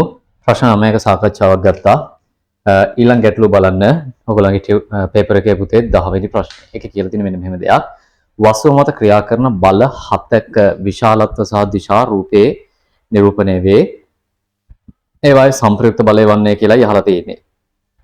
මේක පුතේ අපි හොයාගන්න ඕන අර එකම දිශාවට එකම දෛශිකයේ පැත්තට කැරකෙන හැඩයන් ටිකක් අපි අතර ගත්තා නම් හරි. හොඳට බලන්න මේකේ බල සියල්ලම පුතේ ආරම්භ කරන්නේ D ගෙන් බල පටන් ගත්ත බල සියල්ල දිශා දෙකකට ගිහිල්ලා එනවා C ට. දැක්කද? ඒකේ මම පොඩ්ඩක් රූපේ පොඩි හැඩයක් ස්කෙච් එකක් ගහන්නම්. හොඳට බලාගන්න අපේ දරුවෝ. මෙතන පුතේ D ගෙන් මේ පැත්තට බලයක් තියෙනවා. ඊට පස්සේ ඉහළට ඊට පස්සේ සැලකිත දුරකට මෙන්න මේ දිශානතියට වෙලා තියෙනවා. ඊට පස්සේ ආනතෝ පහළට නැවතත් පහළ දිශාවට. හරි. ආය පුතේ බලයක් මෙන්න මේ හැඩයට හැදෙනවා. ඊට පස්සේ මෙන්න මේ පැත්තට තව බලයක් තියෙනවා. හොඳට බලාගන්න මේ බලන්න මෙන්න මෙතනින් වැඩේ ආරම්භ කරනවා. මෙතනින් වැඩේ අවසන් කරනවා. ඒ විදිහට මම මෙන්න මේ පෙන්නන එක්කෙනා පුතේ 2යි Q මෙහෙට ගිහිල්ලා Q මෙහෙට ගිහිල්ලා 6යි Q මෙහෙට ගිහිල්ලා මෙහෙට නැවතත් 2යි Q මෙහෙට 4යි Q මෙහෙට 5යි Q ගියාම නිර්මාණය වෙන සංප්‍රයුක්තය මොකද්ද? මෙන්න මේ පැක් එකට අදාළ තේරෙනවද මම ඇඳපු සෙට් එක පුතේ? මෙන්න මේ පැක් එකට අදාළව නිර්මාණය වෙන සංප්‍රයුක්තය කවුද? මේ පැක් එකට අදාළව. ඔව්. මේ මම ලකුණු කරපු පිරිසට අදාළව පුතේ නිර්මාණය වෙන සංප්‍රයුක්තය තමයි මෙන්න මේ බලය. මේ බලයේ දිග ගානේ අර ඉතිහාසගත නැත්නම් ඒගොල්ලෝ දීලා තියෙන කලින් දත් එකකින් දැනෙනවා 4යි Q. මොකද ඒගොල්ලෝ පුතේ මේ කියන දිග ඔස්සේම තව බලයක විශාලත්වය නිරූපණය කළා තිනවා. එයත් ඇවිල්ලා 4යි Q නිසා. එතකොට එයාගේ 4යි Q ඉලක්කම විශ්වාස කරලා තමයි මේ බල සෙට් එකේ සංප්‍රයුක්තය ගත්තේ 4යි Q කියලා. මොකද්ද ඒ තීරි පදනම් පුතේ? අපි දන්නවා දෛශික සටහනක අපිට සංප්‍රයුක්තය ගන්න පුළුවන් සටහනේ මුලත් අගත් යා කරලා ලැබෙන සරල රේඛාවයි. නේද? සටහනේ මුලත් අගත් යා කරලා ලැබෙන ඒ ඕඩේ කරලා ලැබෙන සරල රේඛාවයි. ඉතින් පුතේ මුල ලක්ෂ්‍ය ලෙස මෙයක් වටේ ගහලාම අග ලක්ෂ්‍ය ලෙස මෙයක් කියන මේ සෙට් එකට අදාළ සංප්‍රයුක්තය රතු 4යි Q. පැහැදිලිද? ඔය වටේ ගහන සෙට් එකට අදාළ සංප්‍රයුක්තය පුතේ රතු පාටෙන් ලියපු 4යි Q. ඊට අමතරව එතන කොහොමත් හිටියා පහළට තව 4යි Q එකක්. ඒක නිසා මේ සියල්ලන්ගේ සංප්‍රයුක්තය පුතේ D to C 8යි Q බවට පත් වෙනවා. හරි නේද? ඒ නිසා මේගොල්ලන්ගේ සංප්‍රයුක්තය DC දෙසට විශාලත්වය 8යි Q ට අදාළයි. ඉතින් DC දෙසට පුතේ 8යි Q ට අදාළ උත්තරයක් ලෙස අපිට මේකේ තුන්වෙනි උත්තරේ වැළඳ ගන්න පුළුවන්. සාත් 10ට අපි ආන්සරයකට 3 ගමු පුතේ. ඊළඟ ප්‍රශ්නේ බලන්න 11. හරි? රයිට්. කියවන්න බලන්න ප්‍රශ්නේ රූපේ දක්වා ඇති ආකාරයට මූල 3යි කිලෝග්‍රෑම් බර පුවරුවක් පෙන්වලා තියෙනවා නේ. ආධාරක දෙකකට ඈඳා තන්තු දෙකක් මගින් එල්ලා ඇත. තන්තු වල අත තියෙන T1 T2 හා T1 T2 නම් ඒවායි විශාලත්වයන් වන්නේ කියලා ගාන කියලා තියෙනවා. මේකට අදාළව මම ලකුණු කරගන්නද පුතේ බල සැලකිය යුතු සංදිය විතරක්. මෙන්න බල සලකන මනක්කල්පිත සංදිය මෙතන තියෙනවා තන්තුව. එයා කිලෝ වලින් තිබ්බට නිව්ටන් වලට හැරවිලා තියෙනවානේ. මේ පූර්වයේ බර තමයි පුතේ ගානේ දීලා තියෙන්නේ. මූල 3යි කියන්නේ 10යි මූල 3යි. එතකොට mg කරා. මෙතන m මූල 3යි සිම්පල් g එකෙන් වැඩි කරා මෙන්න මෙච්චරක බලයක්. එහෙනම් මෙතනට දැනෙන තන්තුවේ ආතතියක් එයත් 10යි මූල 3යි නිව්ටන් බවට පත් වෙනවා. ඊට පස්සේ ඒගොල්ලෝ කියලා තියෙනවා මෙන්න මෙතන ගොඩනැගිලා තියෙනවා පුතේ තව තන්තුවක්. එයාට අදාළ ආතතිය ගානේ ලේබල් කරලා තියෙනවා T1. ඊට පස්සේ මේ පැත්තට ගොඩනැගිලා තියෙන තව තන්තුවක් තියෙනවා. එයාට අදාළ ආතතිය ගානේ ලේබල් වෙලා තියෙනවා T2. මේක පුතේ අපි කෝණ ලකුණු කරගන්න ගියොත් මෙන්න මේ පැත්තේ කෝණය අංශක 60ක් බව තහවුරු කරලා තියෙනවා. ඉතින් ඔයාලට තේරෙනවද? මෙන්න මේ කෝණය පුතේ සිරසට අංශක 60ක් වෙද්දී මේ පැත්තේ කෝණය මෙන්න මේ කෝණයත් අංශක 60යි. ඇයි ඒව ඇවිල්ලා ඒකාන්තර කෝණ. ඒක නිසා මෙන්න මේ කෝණයන් පුතේ විශාලත්වයෙන් සමානයි. හරි නේද? ඊට පස්සේ සමස්ත කෝණය මෙතනින් ඉඳන් මැනලා තියෙන 150ක් වෙද්දී අපි අම්මයි තාත්තයි ඇඳගත්තොත් මතකද පුතේ අපේ ගණන් වල අම්මයි තාත්තයි සිරසයි තිරසයි ඒ තරමටම වටිනවා. හරි? ඒ තරමටම වටනවා පුතේ. ඉතින් මේක ඇඳගත්තොත් ඔයාට 150ට හැඩය හදන්න පුළුවන්. බලාගන්න එකපාරයි කියන්නේ ආගා. මෙන්න මේ ආතති දෙක අතර සමස්ත කෝණය පුතේ අංශක 150යි. තේරුණාද? T2 ආතතිය ඉඳන් T1 ආතතියට යනකම් සම්පූර්ණ කෝණය කීයද? අංශක 150යි. ඒ 150න් ඔයාලට තේරෙනවද මෙතන අංශක 30ක් තියෙනවා. ෂේප්ද? මම මේ කොළ පාටින් නේද? ඩබල් කර්ව් දැම්මේ පුතේ. මෙතන අංශක 30ක් තියෙනවා. මෙතන අංශක 90ක් තියෙනවා. හරිනේ? ඉතින් 30යි 90යි සෙට් කරාම පුතේ ඒ දෙන්නගේ එකතු අංශක කීයක් තියෙනවද? 120ක්. ඇයි මෙයා 30 වෙන්නේ? මෙයා 60 නම් 30යි. ඒතර 30යි 90යි 120 නම් මදිපාඩුව පුතේ 150ට තව අංශක 30යි. ඒක නිසා මෙන්න මේ කෝණය හරි සුපැහැදිලි පුතේ ගාන එක හොඳටම අපිට ගන්න පුළුවන් අංශක 30ක ආනතියක් තමයි එතන පවතින්නේ. ඒක නිසා දැන් අපි යම් පුතේ අපේ විභේදන සම්බන්ධතාවලට බලා ගන්න ආගා. T1 T2 දෙන්නගෙන් එක්කෙනෙක් එකපාර සෙවීමේ හැකියාවක් නැහැ. ඇයි? ඉහළට සහ ඉහළ පහළ සහ පුතේ වමට දකුණට විභේදනය කරොත් කරත් T1 T2 දෙන්නම එනවා. තේන තව දිශා තියෙන විභේදනය කළා ගන්න පුළුවන්. එච්චර කට්ටක් ගන්න ඕනේ නැහැයි කියලා හිතෙනවා. අපි යමු චුටි හැඩයකට මොකද්ද පුතේ ඒක? අපි මේකේ තිරස්ඵල විභේදන වලට යමු. එතනින් වැඩේ පටන් ගනිමු. තිරස්ඵල විභේදනය බිඳුවක් කරමු. එතකොට මෙන්න මේ දිශාවට සම්ප්‍රයුක්ත බලය බිඳුවක් කරනවා. එතකොට එන්නේ T1 cos තියෙන මේ sin තිය එකපාර ලියන්න. T1 sin තියෙන නිසා භාගයයි යා. ඔන්න පුතේ දකුණට ක්‍රියාත්මක වෙච්ච බලය. හරි? T1 cos තියෙන මේ T1 sin තිය. කෙලින්ම සමාන වෙන්නේ T2 cos 60 නෙමෙයි sin 60ට. හරි? T2 cos 60 නෙමෙයි sin 60 මූල 3ට 2යි. දෙකේ ඉලක්කම කැන්සල් වුණා. T1 ට එනවා කීයද? මූල 3යි T2 කියලා. ළඟින් තියාගන්න ඕන වෙයි යා. ඊට පස්සේ අපි කරන වැඩේ බලමු පුතේ. දැන් මේක තිරස්ඵල විභේදනය ගත්තානේ. හරි. අපි මේක අනිත් විභේදනය ගමු පුතේ. ඒක ඔයාලට තේරෙනවා අපේ සිරස්ඵල සම්ප්‍රයුක්තය ශූන්‍යයක් කරමු. අපි මෙන්න මේ ඉහළ දිශාවට සම්ප්‍රයුක්ත බලය ශූන්‍යයක් කරමු. මොකක්ද දෙන හැඩය? T1 cos 30 T1 cos 30 විශාලත්වය එකපාර ලියන්න. ඒක ඇවිල්ලා මූල 3ට 2. එච්චරයි පුතේ ඉහළට තියෙන බල. T1 cos 30 විතරයි. අප පල්ලහැට තියෙනවා T2 cos 60. T2 cos 60 ලෙස එතන අපිට භාග්‍ය ඉලක්කම ගන්න පුළුවන්. ධන කීයද? 10යි මූල 3. මෙන්න මේ හැඩයක් අපිට ගන්න පුළුවන්. මුළු සමීකරණ දෙකෙන් වැඩි කරලා මෙන්න මෙහෙට දාගමුද පුතේ? මුළු සූත්‍රෙම දෙකෙන් වැඩි කරාම එනවා මූල 3යි T1. හරිද බලන්න. මේ සමීකරණ දෙකෙන් වැඩි කරන්න. මූල 3යි T1 එනවා සමානයි. මෙතන පුතේ T2 එකක් එනවා. මූල 3යි T1 මෙතන T2 මේක දෙකෙන් වැඩි කරාම කීයක්ද? 20යි මූල 3ක් බවට පත් වෙනවා. ඊට පස්සේ ෂේප් එකේ පුතේ T1 වෙනුවෙන් මූල 3යි T2 ආදේශ කරමු. මේ ආදේශය පෙන්වන පේලියක් නාස්ති කරන්නේ ආදේශ කළ උත්තරේ එකපාර කියන්නද? හරි? ආදේශය පෙන්වන පේලියක් නාස්ති කරන්නේ ආදේශ කරලා උත්තරේ එකපාර කතා කරමු පුතේ කීයදෙන්නේ? T1 වෙනුවට මූල 3යි T2 දැම්මම මෙතනට ඒ මූල 3යි T2 ආයිත් මූල 3ෙන් වැඩි වෙද්දී උත්තරේ කවුද පුතේ? 3යි T2. හරි නේද? ඉතින් 3යි T2 සමාන වෙන්නේ T2 ධන 20යි මූල 3ට. එකපාර T2 ගමු පුතේ. ඔව්.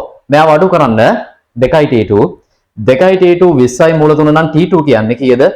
10යි මූල 3යි නිව්ටන් බවට පත් වෙනවා. මෙන්න T2 ගේ අගේ. ළමයි T2 ඕක නම් මෙතනට ආදේශ කරලා T1 බේරගන්න. T1 කියන්නේ කීයද? ඔව් T2 වෙනකොට ඔයා ගෙනල්ලා දාන පුතේ 10යි මූල 3. 10යි මූල 3 ගෙනල්ලා දැම්මම මූල 3යි මූල 3යි 3යි 3 වරක් 10 යා නිව්ටන් 30ක් බවට පත් වෙනවා. ඉතින් මේකේ ආන්සර්ස් වෙන්න ඕන පුතේ 10යි මූල 3 අපි T1 T2 ඕඩ් එකට ගමුකෝ. එයාලා දෙන නැත්te ඒක වෙන්නේ නැති නේද? T1 T2 ඕඩ් එක විමසුවොත් T1 30යි T2 10යි මූල 3යි. ඉතින් 30 සහ 10යි මූල 3 ආන්සර්ස් ලෙස තියෙන පුතේ අපි හතර විසඳුම මේකේ උත්තරය ලෙස බාරගමු. කියවන්න ප්‍රශ්නාංක 12. දැන් මේ જાති ප්‍රශ්නයක පුතේ අපිට තියෙන බල විභේදන සමතුලිතතාවය බල විභේදන. ඉතින් මේක චෙක් කරලා තියෙන සුළු කිරීම විතරයි. ඔයා මේක කරපු නැති කෙනෙක් නම් පුතේ මම දන්නේ නැහැ ඔයාම තීරණය කරන්න කොහොමද කියලා. මොකද පන්තිවල අපි මේ જાතිය ගැටලු ගොඩාක් කතා කරා. ලංකාවේ කවුරුත් කතා කරන්නේ නැතිනේ. ඔයාගෙන වරලා පුතේ මෙන්න මෙතන නමට සංදියයි කියලා දෙන පන්තියක් ආපහු. නේ. කොච්චර දේවල් අපි කතා කරාද පුතේ මේවල ගුණාත්මක දේවල් සුළු කිරීමේ රටා දා සමීකරණ දාද්දි මුලින් දාන්න ඕන සූත්‍ර කවුද? නේද? ඉතින් මම යන ඊළඟ ගන්න පුතේ කරලා තියෙන්න ඕන ළමයි නැත්තම් ඔයගොල්ලෝ හරි අසාධාරණයි යා. මෙච්චර ගන්නලා 12 වෙනි ප්‍රශ්නේ අපේ ගොඩක් දරුවෝ කරනවා. දැන් මේ මම 11 වෙනි ප්‍රශ්නේ ඉන්නකොට මම දන්නවා පුතේ මෙතන ඉන්නවා සමහර පිරිසක් ප්‍රශ්න 11ම හරි සතුරු ඒවා ගැන. හරි? ඒත් ඉතින් තව සමහරු ඇති චුට්ටක් කරදිච්ච. ඉතින් වැඩේ බේර ගන්න පුතේ. මේක මගේ නෙමෙයි වාගේ බය නැතුව කියනවා. හරිද? මම කරන්නේ චූටි දව්වා. මේක 100%ක් මගේ නෙමෙයි පුතේ වාගේ. ඒ බර අතර අරගෙන වැඩ කරන්න. ඉතින් මේ ගැන අපි පන්ති වල කතා කරලා තියෙන ඉස්සරහටත් අපි කතා කරાવી. A level සර්ලාගෙන මෙయ్యා. A level උඹලගේ පුතේ. මාස ගානක් අවුරුදු ගානක් උගන්වලා A level ට යන දවසට සර්ලා නෑ ආ. එදාට ඉන්නේ ඔයා විතරයි. ගිහලා ලියන්න තියෙන්නේ ආ. ඉතින් ඔය යථාර්ථයට මුහුණ දෙන්න වෙනවා. නේද? ඒ නිසා තනියෙන් වැඩ කළ පුරුදු වෙන්න. එතකොට තනි වෙච්ච දවසට ප්‍රශ්නයක් නෑ පුතේ. හරි? අපි යමු ඉස්සරහට 12 කියවන්න. ස්කන්ධයේ කැපිටල් M කිලෝග්‍රෑම් හා සිම්පල් M වන වස්තු දෙක සුමට කප්පියක් වටා යන සැහැල්ලු අවිතන තන්තුවකට ඈඳා ඇත. සුමට කප්පියක් සැහැල්ලු අවිතන තන්තුවක්. කැපිටල් M ස්කන්ධය සහ තිරස් පෘෂ්ඨය අතර ගතික ඝර්ෂණ සංගුණකයෙන් මෙව්වේ. අපි ෂේප් එක කරගෙන යමු. මොකද ඕගොල්ලෝ දැන් F සමානයි මෙව්වර සමීකරණය හඳුනනවා. ආයිත් කියලා තිනවා පද්ධතිය මුදා හැරිය විට ඒකාකාර ප්‍රවේගයක් ලබා ගන්න නම් මෙව්හි යගවන්නේ. බොහෝම පහසු ගානක් පුතේ. පේලි දෙකෙන් වගේ උත්තරේ බේර ගන්න පුළුවන්. මම මේකට ඕල් දෙන්න ප්ලෑන් එකක් නැහැ. මොකද ඝර්ෂණයේ මැදිහත් තුනක් තියෙන සරල ගතිය නිසා. හරි. ඉතින් F සමානයි මෙව්වර එක අපි ගණන් කීපයක් හදපු වෙලාවක මේක පොඩ්ඩක් ඌමනාවෙන් try කරා නම් උත්තර එනවා. මේකට ඕල් නැහැ බලාගන්න. මේක සමතුලිතයි කියලා තිබ්බා. ඒකාකාර ප්‍රවේගය යනවායි කියලා. පුතේ ඩයල් එක කියන්නේ ඒකාකාර ප්‍රවේගය. මේ පිරිස ඒකාකාර ප්‍රවේගයෙන් යනවායි කියද්දි ඔයාට මතක් වෙන්න ඕන ප්‍රධාන විද්‍යාඥයෙක් කවුද පුතේ? චලිතයට නේද? ලොකු බලපෑමක් කරපු නිව්ටන්. ඉතින් නිව්ටන් කියපු පළවෙනි නියමයේ තියෙනවා ඒකාකාර ප්‍රවේගය වෙනුවෙන් අවශ්‍යතාවය. එයා කිව්වා වස්තුන් මත බාහිර අසමතුලිත බිඳුව නම් එක්ක නිශ්චල වස්තුන් නිශ්චලයි එක්ක ඒකාකාර ප්‍රවේගයෙන් චලිත වෙන වස්තුන් දිග්ගටම ඒකාකාර ප්‍රවේගයෙන් චලිත වෙනවා. ඒ නිසා ඒකාකාර ප්‍රවේගයෙන් චලිත වෙද්දී පුතේ අපිට සංප්‍රයුක්ත බලය බිඳුවක් කරන්න අවසර තියෙනවා. නිව්ටන් ලොකු නිසා. හරි නේද? ඉතින් මේකේ අපි එයා මත බල ලකුණු කරමු. පල්ලහැට ක්‍රියාත්මක කරනවා සිම්පල් mg. හරිද? මේ සිම්පල් mg. ඒක නිසා පුතේ මේ තන්ත්‍රයේ ආතතිය හරි පාලනය වෙලා ඉවරයි කවුරු කියලාද සිම්පල් mg කියලා. නැත්නම් ඒකාකාර ප්‍රවේගයෙන් යන්න බෑ. මෙන්න පළවෙනි තීරණය. මම ගානේ පළවෙනි තීරණය ගත්ත ආතතිය mg. එහෙනම් ඒ ආතතිය මෙතනට දැනෙනවා සිම්පල් mg. ඒ ආතතිය මෙතනට දැනෙනවා. එහෙනම් මෙතන ආතතියත් පුතේ කාට සමානද? සිම්පල් mg ට සමානයි. පැහැදිලිද? මෙයාගේ ඒකාකාර ප්‍රවේගයෙන් යාම පිණිස මේ ආතතිය කොට දැම්මා. ඒ ආතතිය මෙතනට බාර දුන්නා. ඊට පස්සේ මෙයාගේ පල්ලහැට ක්‍රියාත්මක වෙනවා බර කැපිටල් mg. ඒක චලිත දිශාවට ලම්බකයි. පුතේ අභිලම්බ ප්‍රතික්‍රියාව ආරු. ඔව් එයත් ඇවිල්ලා කැපිටල් mg. ඒකත් චලිත දිශාවට ලම්බකයි. චලිතයට බලපෑම ඇති කරන්නේ නැහැ. නමුත් පුතේ මෙයා දකුණට චලිත වෙද්දී වමට ක්‍රියාත්මක වෙනවා අපි තාම කතා කරලා නැති බලය. කවුද? ඝර්ෂණ බලය. ඉතින් ඕන්ගේ ඝර්ෂණය බේරන්න තමයි පුතේ මම ඔයාලට පාවිච්චි කරන්න කියන්නේ මොකද්ද? F සමානයි μr. ඉතින් μ වගේ μ r ගේ විශාලත්වය මේති. ඒ ඇවිල්ලා කවුද? Capital mg. තේරුණාද අපේ ළමයිට? ඉතින් බලන්න පුතේ බොහොම පැහැදිලිව සුපැහැදිලිව මේ බලසටහන මම නිර්මාණය කරා. හරි? එතකොට මේකේ පුතේ ආතති බලය අපි මුලින්ම හොයාගත්තා. ඊට පස්සේ නේද? ඒකාකාර ප්‍රවේගයෙන් යනවා කියන එක පුතේ පාවිච්චි කරගෙන තමයි ආතතිය බේරුවේ. ඒ ආතතිය මෙතනට අරන් ගියා. ඊට පස්සේ මෙයාගේ මත බල ලකුණු කරලා බර ලකුණු කරලා R/mg ලෙස අරගෙන ඊට පස්සේ F සමාන μr හරහා ඝර්ෂණ බලයත් හොයාගත්තා. දැන් මෙතන ඒකාකාර ප්‍රවේගයෙන් යද්දී ඉහළට පහළට බල සමාන කරා වගේ ඔයාලට පුතේ මෙතන ඒකාකාර ප්‍රවේගයෙන් යද්දී වමට දකුණට බල සමාන කරන්න පුළුවන්. කෙලින්ම අතට එන්නේ උත්තරේ විතරයි. මම කිව්වේ ඒකයි. මේ ගාන එච්චර අමාරු නෑ කියලා. ඉතින් මෙයා ඒකාකාර ප්‍රවේගයෙන් යද්දී පුතේ කැපිටල් M සලකලා අපි සංප්‍රයුක්ත බලය බිඳුවක් කරමු. ඉතින් කැපිටල් M සලකලා සංප්‍රයුක්ත බලය බිඳුවක් කරාම කොහොමද එන්නේ පුතේ? මෙයාගේ දකුණට ක්‍රියාත්මක කරන බල ටික කවුද? Simple mg. දකුණට ක්‍රියාත්මක කරන බලය ආතතිය හොඳේ. ආතතිය සිම්පල් mg. කාට සමාන වෙනවද පුතේ? ඒක ඇවිල්ලා mu කැපිටල් mg ට සමානයි. ඉතින් සිම්පල් g කැන්සල් වෙන මොහොතක පාට ඝර්ෂණ සංගුණකය එයාලා විමසලා තියෙන්නේ. ඒක අපිට ගන්න පුළුවන් ළමයි සිම්පල් m බෙදීම කවුද? කැපිටල් m කියලා. ඉතින් සිම්පල් m බෙදීම කැපිටල් m අපි ආන්සර් එකට තියෙන උත්තරේ 5 විසඳුමට ගමුවා.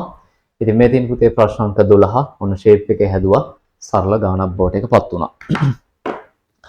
13 ප්‍රශ්නේ. කියවමු බලන්න පුතේ ප්‍රශ්න අංක 13. අමුතු එකක්. රූපය දැක්වෙන ලෑල්ලක් ඒකාකාර ලෑල්ලක් මත මොනවද තියෙන්නේ? 3W සහ 2W බර ළමයි දෙදෙනෙකු සමතුලිතව රැඳී සිටීමට. හරි? W බර ලෝහ බෝලය යක් ඔවුන් අතර සමතුලිතතාවය පවත්වා ඇත්තේ L1 L2 දුරිනි. හරි? L1 L2 දුරින් පුතේ සමතුලිතතාවය තියාගන්නවා. ළමුන් දෙදෙනා අතර දුර කීයද? මීටර 5ක් නම්. බොහොම සරලයි මේ ගාන. L1 හි අගයවන්නේ කියලා යහලා තියෙනවා. කතන්දරේ මේකයි පුතේ. මෙයාලා ඇඳලා තියෙන විදියට නම්. හරි? ඔය පන්දුව තියෙන ටච් වෙන තැන. හරි? එහෙමනම් ඉතින් මේ ගානේ මහ ලොකු දෙයක් නෑ. මොකද මේකේ ඔය ලෑල්ල ගත්තම මෙන්න බලාගන්න. මෙන්න පුතේ අදාළ ලෑල්ල. මේ ලෑල්ල මත ඉන්න ළමයි දෙන්න අපි මේ විදියට ගමුකෝ. මේ කෙලවරක හරි කොහේ හරි ඉන්න ළමයි දෙන්න එක. කෙලවරම පෙන්වන්න යන්න එපානේ. හරි. ලෑල්ල තව දිගයි. මම උන ලෑල්ල මේ විදිහට පෙන්නුවා. ඉතින් මේකේ 3යි W එක කෙනා පුතේ මේ කෙලවරේ වම් පැත්තේ ඉන්නකොට 2යි W එක කෙනා මේ පැත්තේ ඉන්නවා. ඉතින් මෙයාගේ බර පල්ලෙහාට ක්‍රියාත්මක වෙනවා 3යි W. මෙයාගේ බර පහළට ක්‍රියාත්මක වෙනවා 2යි W. සිද්ධිය දැන් මේකේ පල්ලෙහාට බර ක්‍රියාත්මක වුණත් පුතේ 2යි W කියලා ඒක අපේ ගූර්ණ හැඩයන්ට එන්නේ නැහැ. මෙතනින් අභිලම්ප ප්‍රතික්‍රියාව තියෙනවනේ. ගන්න එපා පුතේ වෙන කිසිම ලක්ෂයක් වටා ගූර්ණා. සම්නික්‍රම ඔයා ගන්න වෙන මේ ටච් වෙන ලක්ෂය x වටා ගූර්ණ. මේ ගාන ටිකක් ෆේල් පුතේ. අවශ්‍ය අරමුණ ඉෂ්ට වෙන්නේ. මෙන්න මේ දුරට මේ දුර අපිට ඕන නම් එකපාර හදන්නත් පුළුවන්.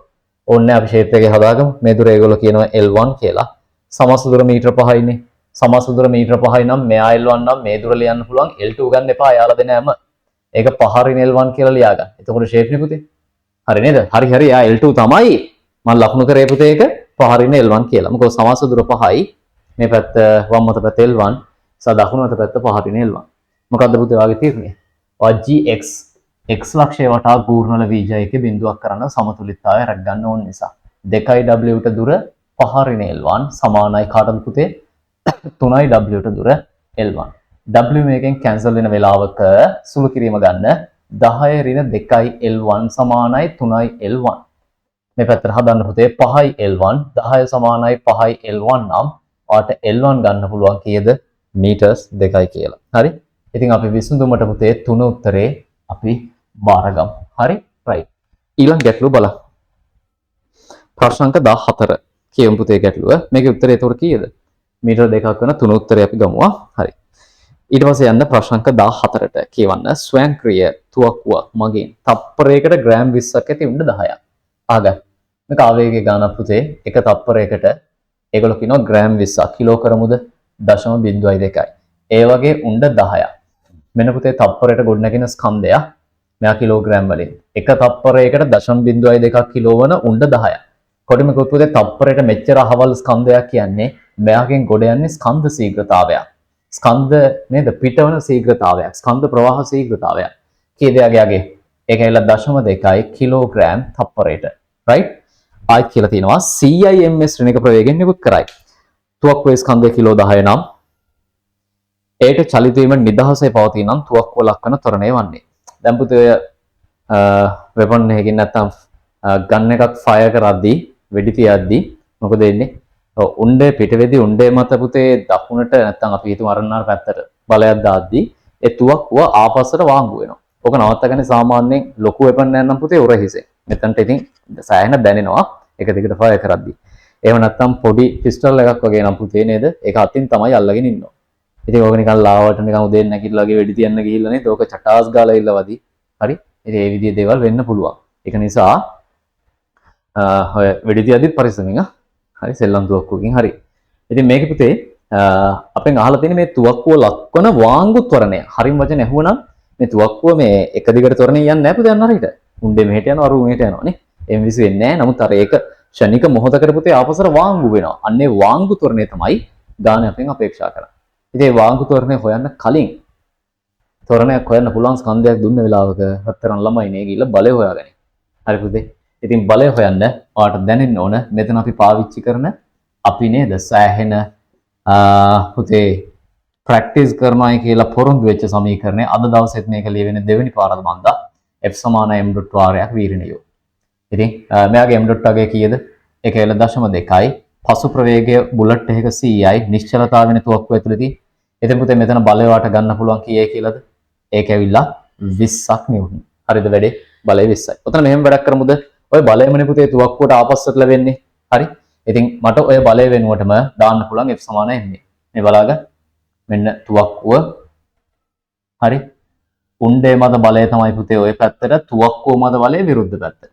පැහැදිලිද? ඔය දෙන්න ක්‍රියාපතික්‍රියා.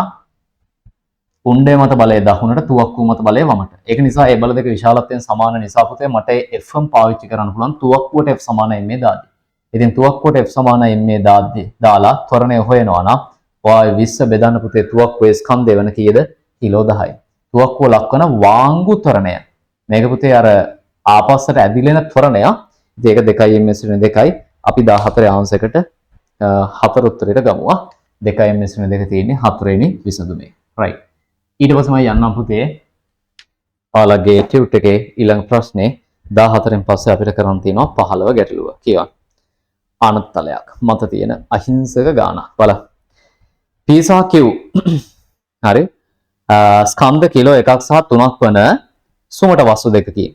ඒවා තිරසර තීට කෝණයක් ආනත සුමට තලයක් මත ස්පර්ශ වන ලෙසින් තබා එකම විට නිදහස් කරනු ලැබේ. P සහ Q අතර ඇති වෙන බලය. මේ වගේ ගානක් හදද්දී පුතේ අත්දැකීමෙන් මට නම් තේරෙන උත්තරේ 5 කියලා. හරි. කවක් නැහැ හදලා ගමු. මොකද මේ දෙගොල්ල පුතේ අර එකම තොරණයෙන් පල්ලහැට වැටෙද්දී ඒක ආනත්තලයක නිදහසේ වැටීමේ තොරණය වෙයිද. දැන් මේ අහන්නකෝ ගුරුත්වය යටතේ නිදහසේ වැටීමේ තොරණය පුතේ 10 ms ඍණ 2නේ. එතන මේ පෑන් දෙක හරිද වැටුණා. අගන පුතේ මේ පෑන් දෙක එකට තියලා අතහැරියම මේ පෑන් දෙක ටච් වෙන සර්ෆස් එක පෘෂ්ඨය අතර පුතේ ගොඩනගෙන ප්‍රතික්‍රියා බලය බිඳුවයි. හරිද?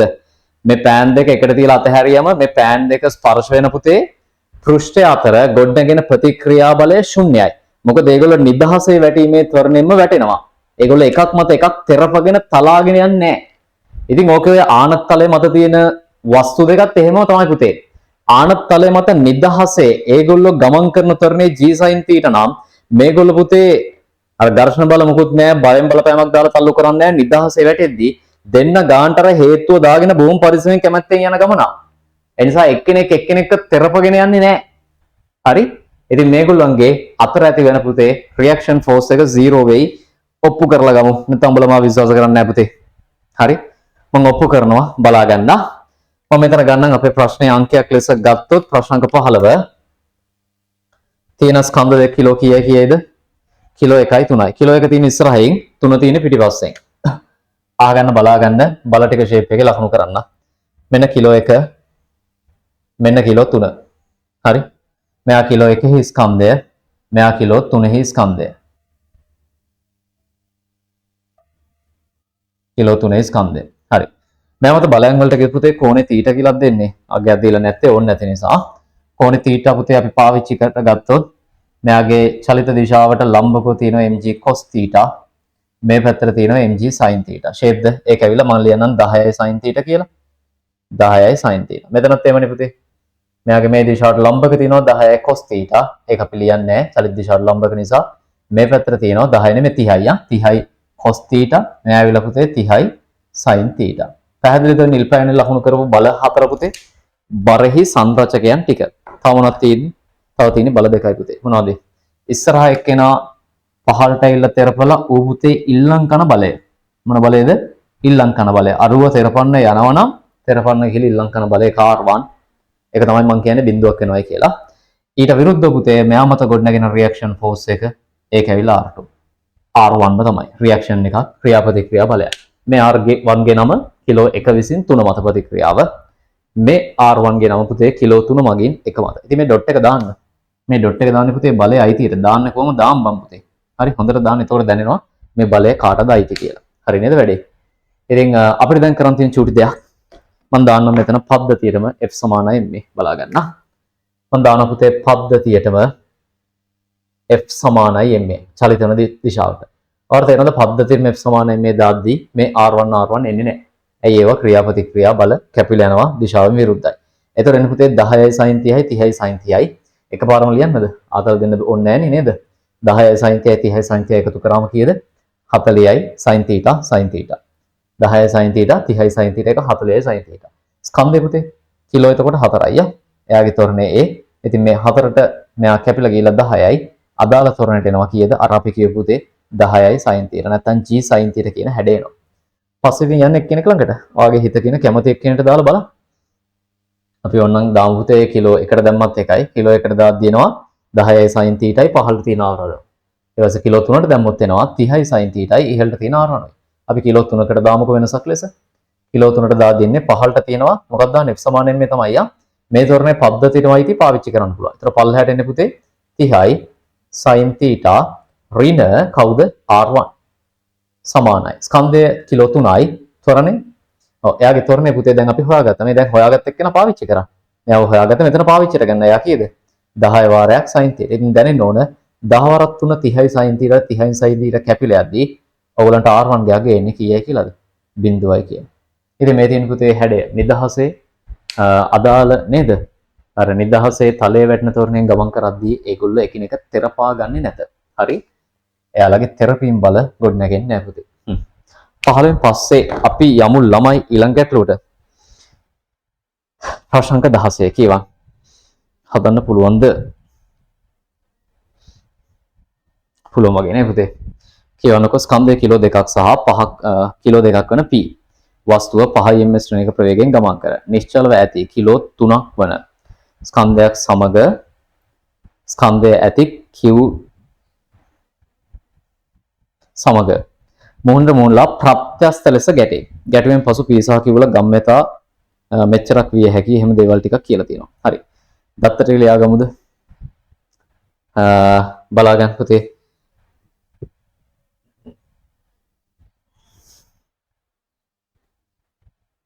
අපිට මේ ගාන හදන්න අවශ්‍ය නැති වෙයි වගේනේ. මොකද ඔය ගානේ දීලා තියෙන වගන්ති ටික මම පොඩ්ඩක් කියුවා. බලා ගන්නකො මේ ප්‍රශ්න අංක 16. ඔන්න අහගන්න. මම මේ ගාන ගන්න පුළුවන් තීරණ ටික ගන්නවා ගාන හදන්න නැතුව. හැමෝම හොඳට අහගන්න. මෙයාගේ ස්කන්ධය පුතේ කිලෝ 2යි. කිලෝ 2 පැමිණෙනවා 5 ms ඍණ එකක ප්‍රවේගයෙන්. ඒ අතරතුර කිලෝ 3 ස්කන්ධය කිලෝ 3 ස්කන්ධයේ නිශ්චලතාවය තියෙනවා. මෙන්න පුතේ කිලෝ 3 එයාගේ ප්‍රවේගය 0යි. මේ ගැටුමට පෙර කේස් එක. ඉතින් ගැටුමට පසු සිද්ධිය ඔයාලා දන්නවා ප්‍රත්‍යස්ස ගැටුමක එකෙක් නිශ්චලතාවයේ තියෙනකොට වෙන දේ පුතේ අපි පන්ති වල තහවුරු කරා. ඕකෙන් වැඩේ බේරමු. ක්ලාස් එකේ ඉගෙනුවේ නේද? මේ වගේ තැනක නලවන්න නෙමෙයි පුතේ. ආපහු අපි කරමු. කොහොමද ඒකද?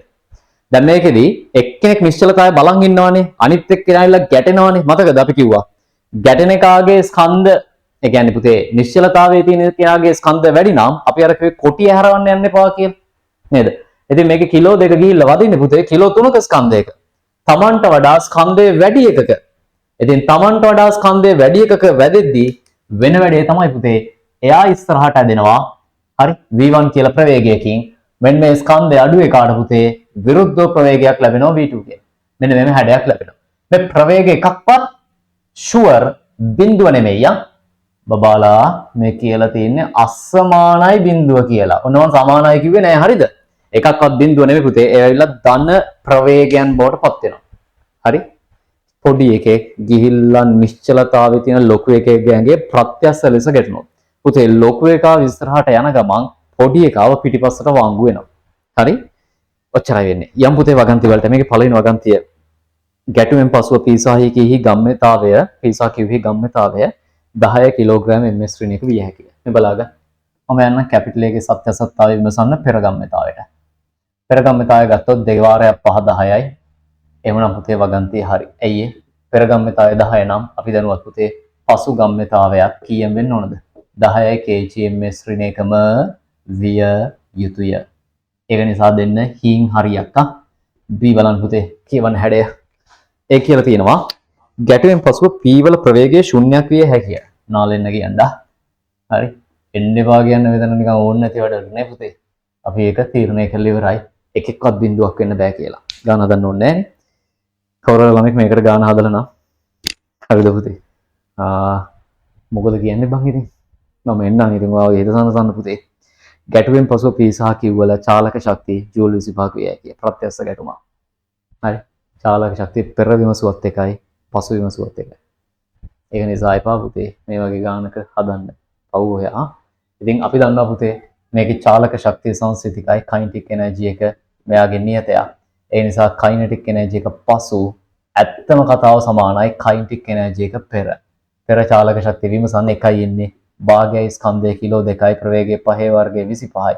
කැපිලා යනවා ඇවිල්ලා 25යි ජූල්. ඉතින් පස්සේ ප්‍රවේග හොයලා පුතේ චාලක ශක්තිය වුවත් ඕක 25ම තමයි. හරි? ඉතින් මේකේ A හරි ගියා, B වැරදුනා, C හරි ගියා. අපිට උත්තරය ලෙස පුතේ A හරි B වැරදි C හරි ආන්සර් එක 3 ගන්න පුළුවන්. හරි නේද? එතකොට A හරි C හරි. උත්තරේ පුතේ 3. C වගන්ති හරි. විසඳුමට අපි 3 බාර ගමු.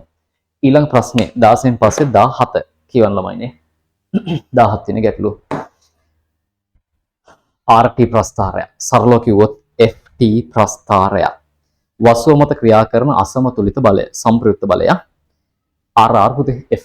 අපි F සමාන ma ගේ F කියන්නේ එයා සංප්‍රයුක්ත බලයෙන් බාහිර අසමතුලිත බලය සංප්‍රයුක්ත බලය. හා ක්‍රියා කරන කාලය අතර විචලනයේ හේතු රූපේ දක්වා ඇත. එම වස්තුව ලක්වන ගම්මිතා වෙනස වන්නේ. ප්‍රස්ථාරේ සඵල වර්ගඵලය. එහෙමනේ පුතේ. ඇයි? පොඩක් ඔප්පු කරලා එන්නම් හැඩය. අමතක දරුවෙක් ඉන්නවා නම් 17 ප්‍රශ්නෙට F සමානයි ma තැනට ගියොත් අපි පුතේ ඒව ලිහුවොත් මෙතනට එන්නේ විරණ u බෙදීම t චූටි වැඩයි කරන්නේ. ඒගොල්ලෝ මේ බාහිර අසමතුලිත බලයට හැඩය දෙනවා r කියලා මාරු කරා. හරි. ඡන්දෙත් ළඟයිනේ නේ පුතේ. ඕනවද අපිට? right. ඉතින් මම f r කියලා ලියාගත්ත මොකෝ බාහිර අසමතුලිත බලය ඒගොල්ලෝ සංකේතේ මාරු කරපු නිසා. ඉතින් එයාලට මාරු කරන්න පුළුවන් නම් අපිට මාරු කරන්න බැරිද නේ පුතේ? ඒක නිසා අපි f වෙනුවට r දැම්මා. ඉතින් ගානේ නොන්දු rt ගැන ඒ කියන්නේ ප්‍රස්ථාරයේ වර්ගඵලය මෙතන තියෙනවා. මෑවල පුතේ ඩෙල්ටා p ගම්මිතා වෙනස. ඉතින් ඕක තමයි ගන්න ඉල්ලන්නේ. ඉතින් ආ ඩෙල්ටා p මම වම දකුණ මාරු කරන්නම්. rt කියන්නේ ප්‍රස්ථාරයේ yx ගුණිතය. ඒ කියන්නේ ආඩම්බරෙන් ලියන්න ඒරියා එක. ඔයගොල්ලන්ගේ චලිත ප්‍රස්ථාර කතා කරන්න කලින් මාතෘකාවක් කතා කරලා ඇති නේද? ප්‍රස්ථාර කියලා. අන්න එතන පෙන්නලා ඇති පුතේ. අපේ මුළු සිලබස් එකටම අදාළව වැදගත් දේවල් දෙකක්. අනුක්‍රමණය සහ වර්ගඵලය. ඉතින් මේ දේවල් ගැන කල්වල තියලා ඉගෙනුවා පුතේ. ඉතින් මෙයාගේ ඒරියා එක y වැඩි කිරීම x එන වර්ගඵලය විමසමු. මේකේ වර්ගඵල විමසද්දි පුතේ දැනෙන්න ඕන. ධන වර්ගඵලක් තියෙනවා ඍණ වර්ගඵලක් තියෙනවා. එහෙනම් ධන වර්ගඵල වලින් ඍණ වර්ගඵල අඩු කරමු. චූටි වැඩක් කරමුද? ඔය ත්‍රිපිසියමේ අර පහළින් එක ත්‍රිකෝණයකට උඩ ත්‍රිකෝණ දෙකෙන් එකක් අයින් කරමුද? ඒක නිසා පුතේ එයාගේ වර්ගඵලය ගන්නකොට මෙන්න මේක මම කියන්නේ මේදී බලා ගන්නකො. මෙහෙම ගිහිල්ලා මෙහෙම යන ගමනේ මෙන්න මේ වර්ගඵල පුතේ සඵල වර්ගඵලය ගන්නකොට ධන වර්ගඵලයෙන් ඍණ වර්ගඵලය කැපෙනවානේ. ඔය කැපෙන එක එකපාර අපි මෙන්න මේ ත්‍රිකෝණ දෙකක් අයින් කරලා දාමුද? මොකද විහිං පුතේ කැපෙන බව දන්න නම් හොයලා වැඩක් නැහැ. ඒක නිසා අපි අපේ සඵල වර්ගඵලය ලෙස මේ අඳුරු නොකරපු වර්ගඵලය හොයමුද? කීයද ඒ වර්ගඵලය? ඔන්න බලාගන්න. ඒකත් ත්‍රිපිසියමක් අඳුරු නොකරිච්ච වර්ගඵලය. මොකද අර වර්ගඵල දෙක කැන්සල් වෙනවා. භාගයයි සමාන්තර පාද දෙක. කියපුතේ 10යි 20යි. සමාන්තර පාද දෙක මෙයාගේ දිග 10යි උඩ එක්කෙනාගේ දිග මෙයාගේ දිග 20යි. එහෙනම් සමාන්තර පාද දෙක එකතුව 10යි 20 කියලාම කමක් නැහැ ලියමු. ඊට පස්සේ ලම්බ කුස මේ උස. ඒ උස ඇවිල්ලා 6යි. සුපුරුදු ඒකක වලින් ඉන්නව නේද? r නිව්ටන් t තප්පර විය යුතුයි. එන උත්තරේ ඒකද යා. මෙයාට මෙයා කැපිලා ගියාම 3යි. එතකොට 30ව 3ක් කීයක්ද? 90ක් kg ms ඍණ 1. මෙයාගේ පෙර ප්‍රවේගයක් හෝ මොකක් හරි දුන්නා නම් නේද? ස්කන්ධයක් දුන්නා නම් පසු ප්‍රවේගයක් හොයන්නත් පුළුවන්. ගම්මිතා වෙනසක් කියලා තිබුතේ ඒක නිව්ටන් නෙවෙයි නේද? නිව්ටන් සෙකන්ඩ් වෙනවා. නිසා අපි තුන් උත්තරයට ගමු 17ට. ඒක ඒතොර නිව්ටන් සෙකන්ඩ් නැත්නම් kg ms ඍණ 1. එකක හදාගන්න එක්කෝ rp ගුණිතය ඒකක වන පුතේ නිව්ටන් සෙකන්ඩ් rp ගුණිතය ඒකක නිව්ටන් තප්පර. එහෙම නැත්නම් අර ගම්මිතා වෙනස ඒකක kg ms ඍණ 1. උත්තරේ 3 අපි ගමු පුතේ ඒක ඇවිල්ලා 90යි. හරි. ප්‍රශ්න කරන්න ඉඩක් නැහැ. චූටි ලාභ දෙන්නම් හදාගන්න. බෝඩ් එකක් පිරෙන්න දැනුම තියෙනවා. සල්ලි හොඳේ හදාගන්න පුතේ.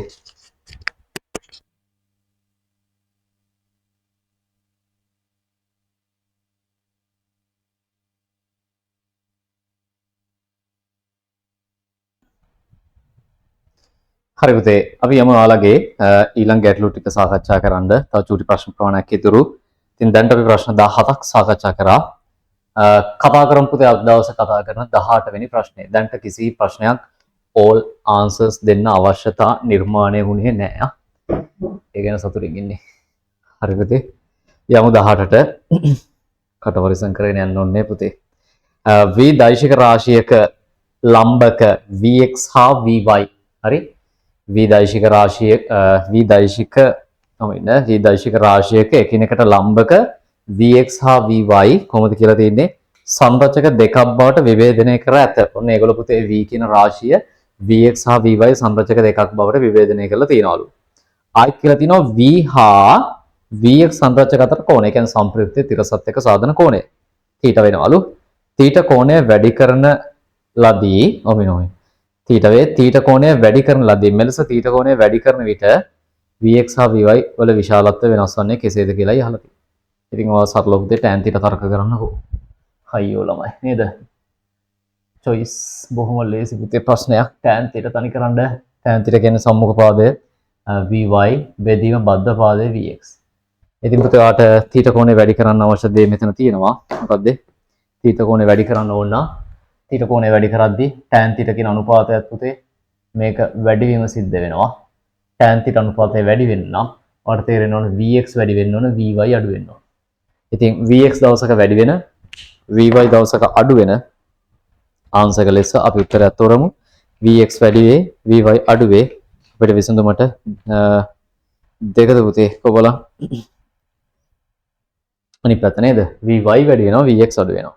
vy වැඩි වෙනවා vx අඩු වෙනවා. එතකොට vx අඩු වේ vy වැඩි වේ. උත්තරේ අපි 3 ගමු.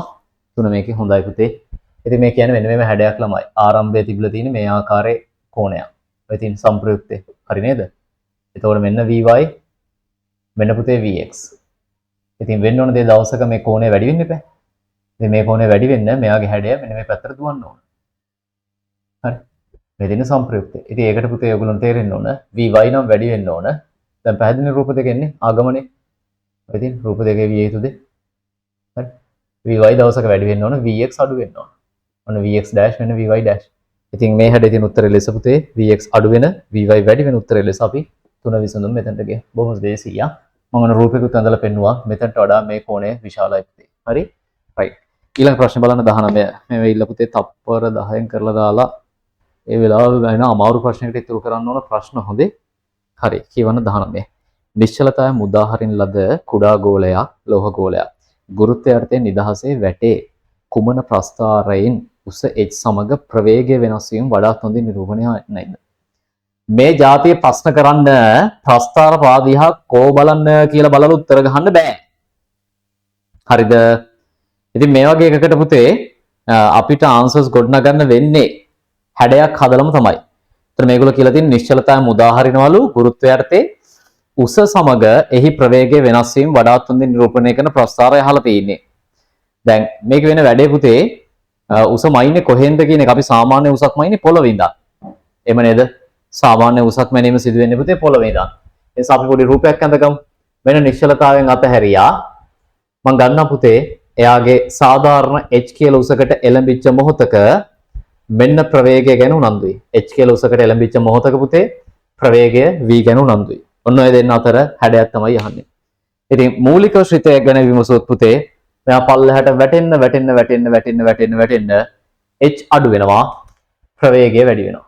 මෙන්න මේ හැසිරීම තියෙන්න ඕන. h අඩු වෙද්දී v වැඩි වෙන හැසිරීම තියෙන්න ඕන. ඉතින් h පුතේ එන්නේ අඩු වෙද්දී v වැඩි වෙන පැත්තට යන උත්තර තුනක් තියෙනවා. 1 4 5. ඔගේ ආන්සර් එක 1 4 5න් එකක් වේවි. කීයයි රිජෙක්ට්ද? 2යි 3යි රිජෙක්ට්.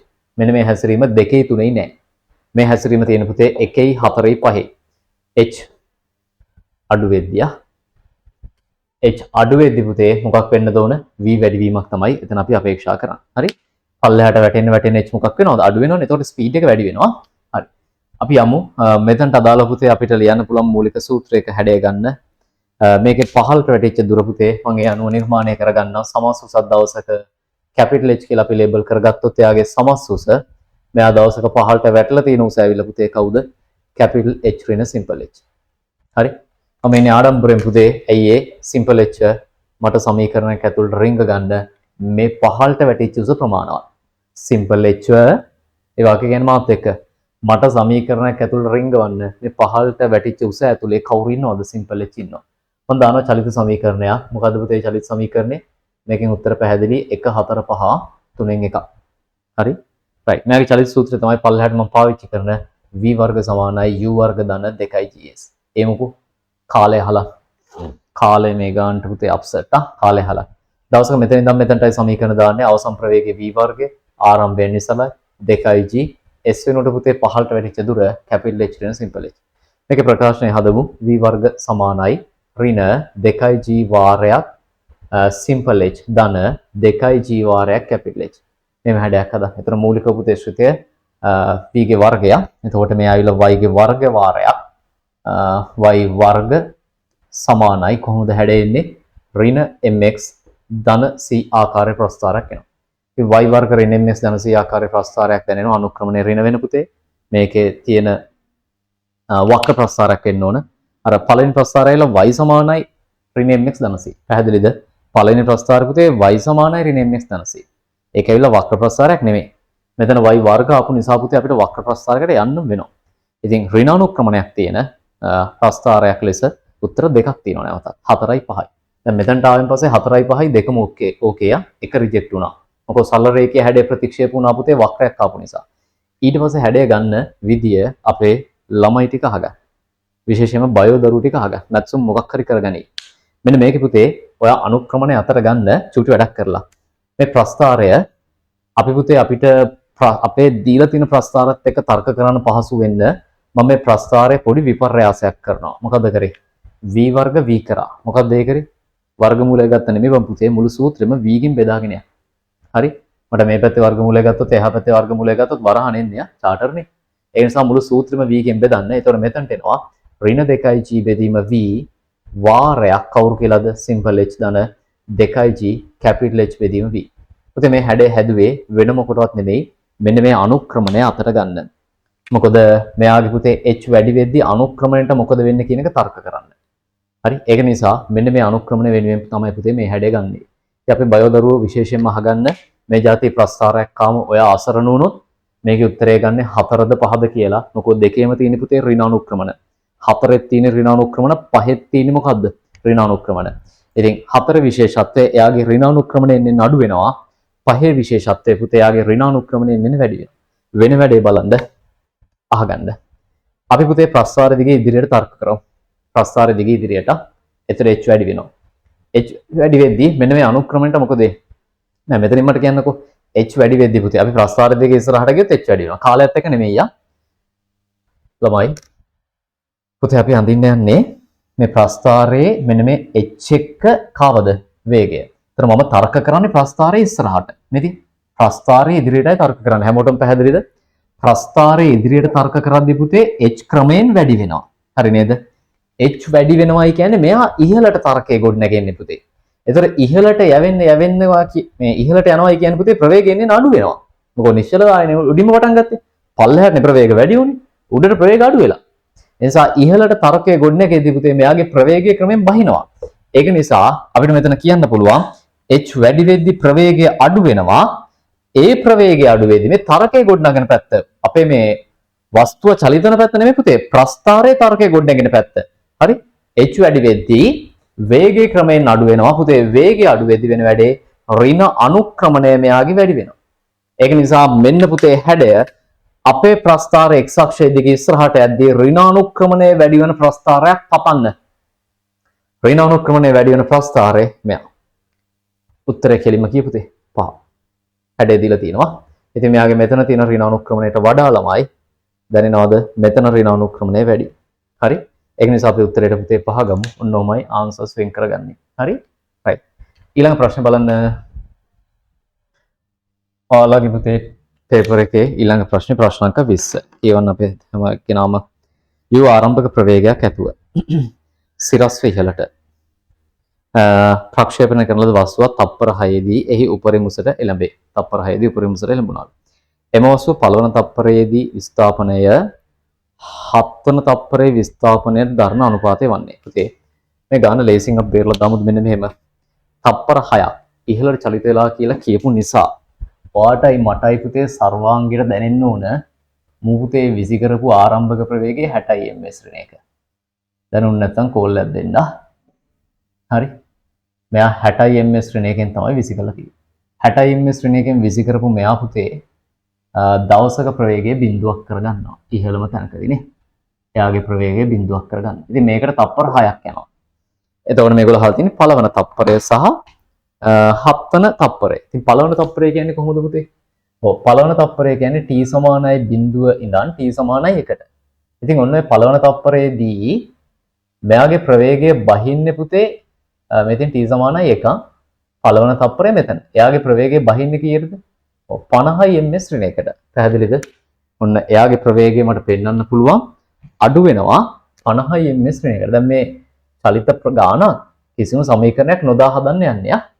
මෙන්න පළවන තප්පරයේ 0 ඉඳන් 1ට ප්‍රවේගය 60 ඉඳන් 50ට බැස්සා. ඔයාලට තේරෙනවද ඔය විදිහට තප්පර 6ක් යනවා මෙන්න මෙයා නිශ්චලතාවයටපත් වෙනවා. තප්පර 6ක කාලයක් එතනට ගත වෙනවා. පුතේ 7 වෙනි තප්පරේදී ආ මොකද වෙන්නේ? මෙහෙම ගිහිල්ලා ටර්න් එක ගහලා නැවතත් පුතේ එයා පල්ලෙහාට වැටෙනවා. ඉතින් ආපහු පහළට වැටෙන චලිතයේ පුතේ තප්පර එකක් කාලයකදී මේ වස්තුව ඉන්නේ ගොඩක් උඩ. මෙන්න t සමානයි තප්පර 7. විශේෂත්වය එයා එතන නිර්මාණය කරගත්ත ප්‍රවේගය උඩදී නිශ්චලතාවයටපත් වෙලා හරි එයාගේ ප්‍රවේගය බිඳුවක් ms ඍණයක බවට පත් කරගෙන පහළට ගමන් කරමින් පවතින ප්‍රවේගය 10 ms ඍණයකයි. මම හිතනවා මේ විග්‍රහය අපේ දරුවන්ට ඕකේ කියලා. බලන්න හරිද කියලා? 60න් පටන් ගත්තා. තප්පරයකදී ප්‍රවේගය 50ට පස්ස ගත්තා. තප්පර 6ක් චලිත වුණා ප්‍රවේගය නිශ්චල වුණා. තව තප්පරයකදී ප්‍රවේගය 10ක් නිර්මාණය කරගත්තා. ගානේ උනන්දු පුතේ මෙන්න මේ ගමන් කරපු විස්ථාපන මෙයා මෙතන ඉඳන් මෙතනට චලිත වෙච්ච විස්ථාපනය ගැන උනන්දුයි S1.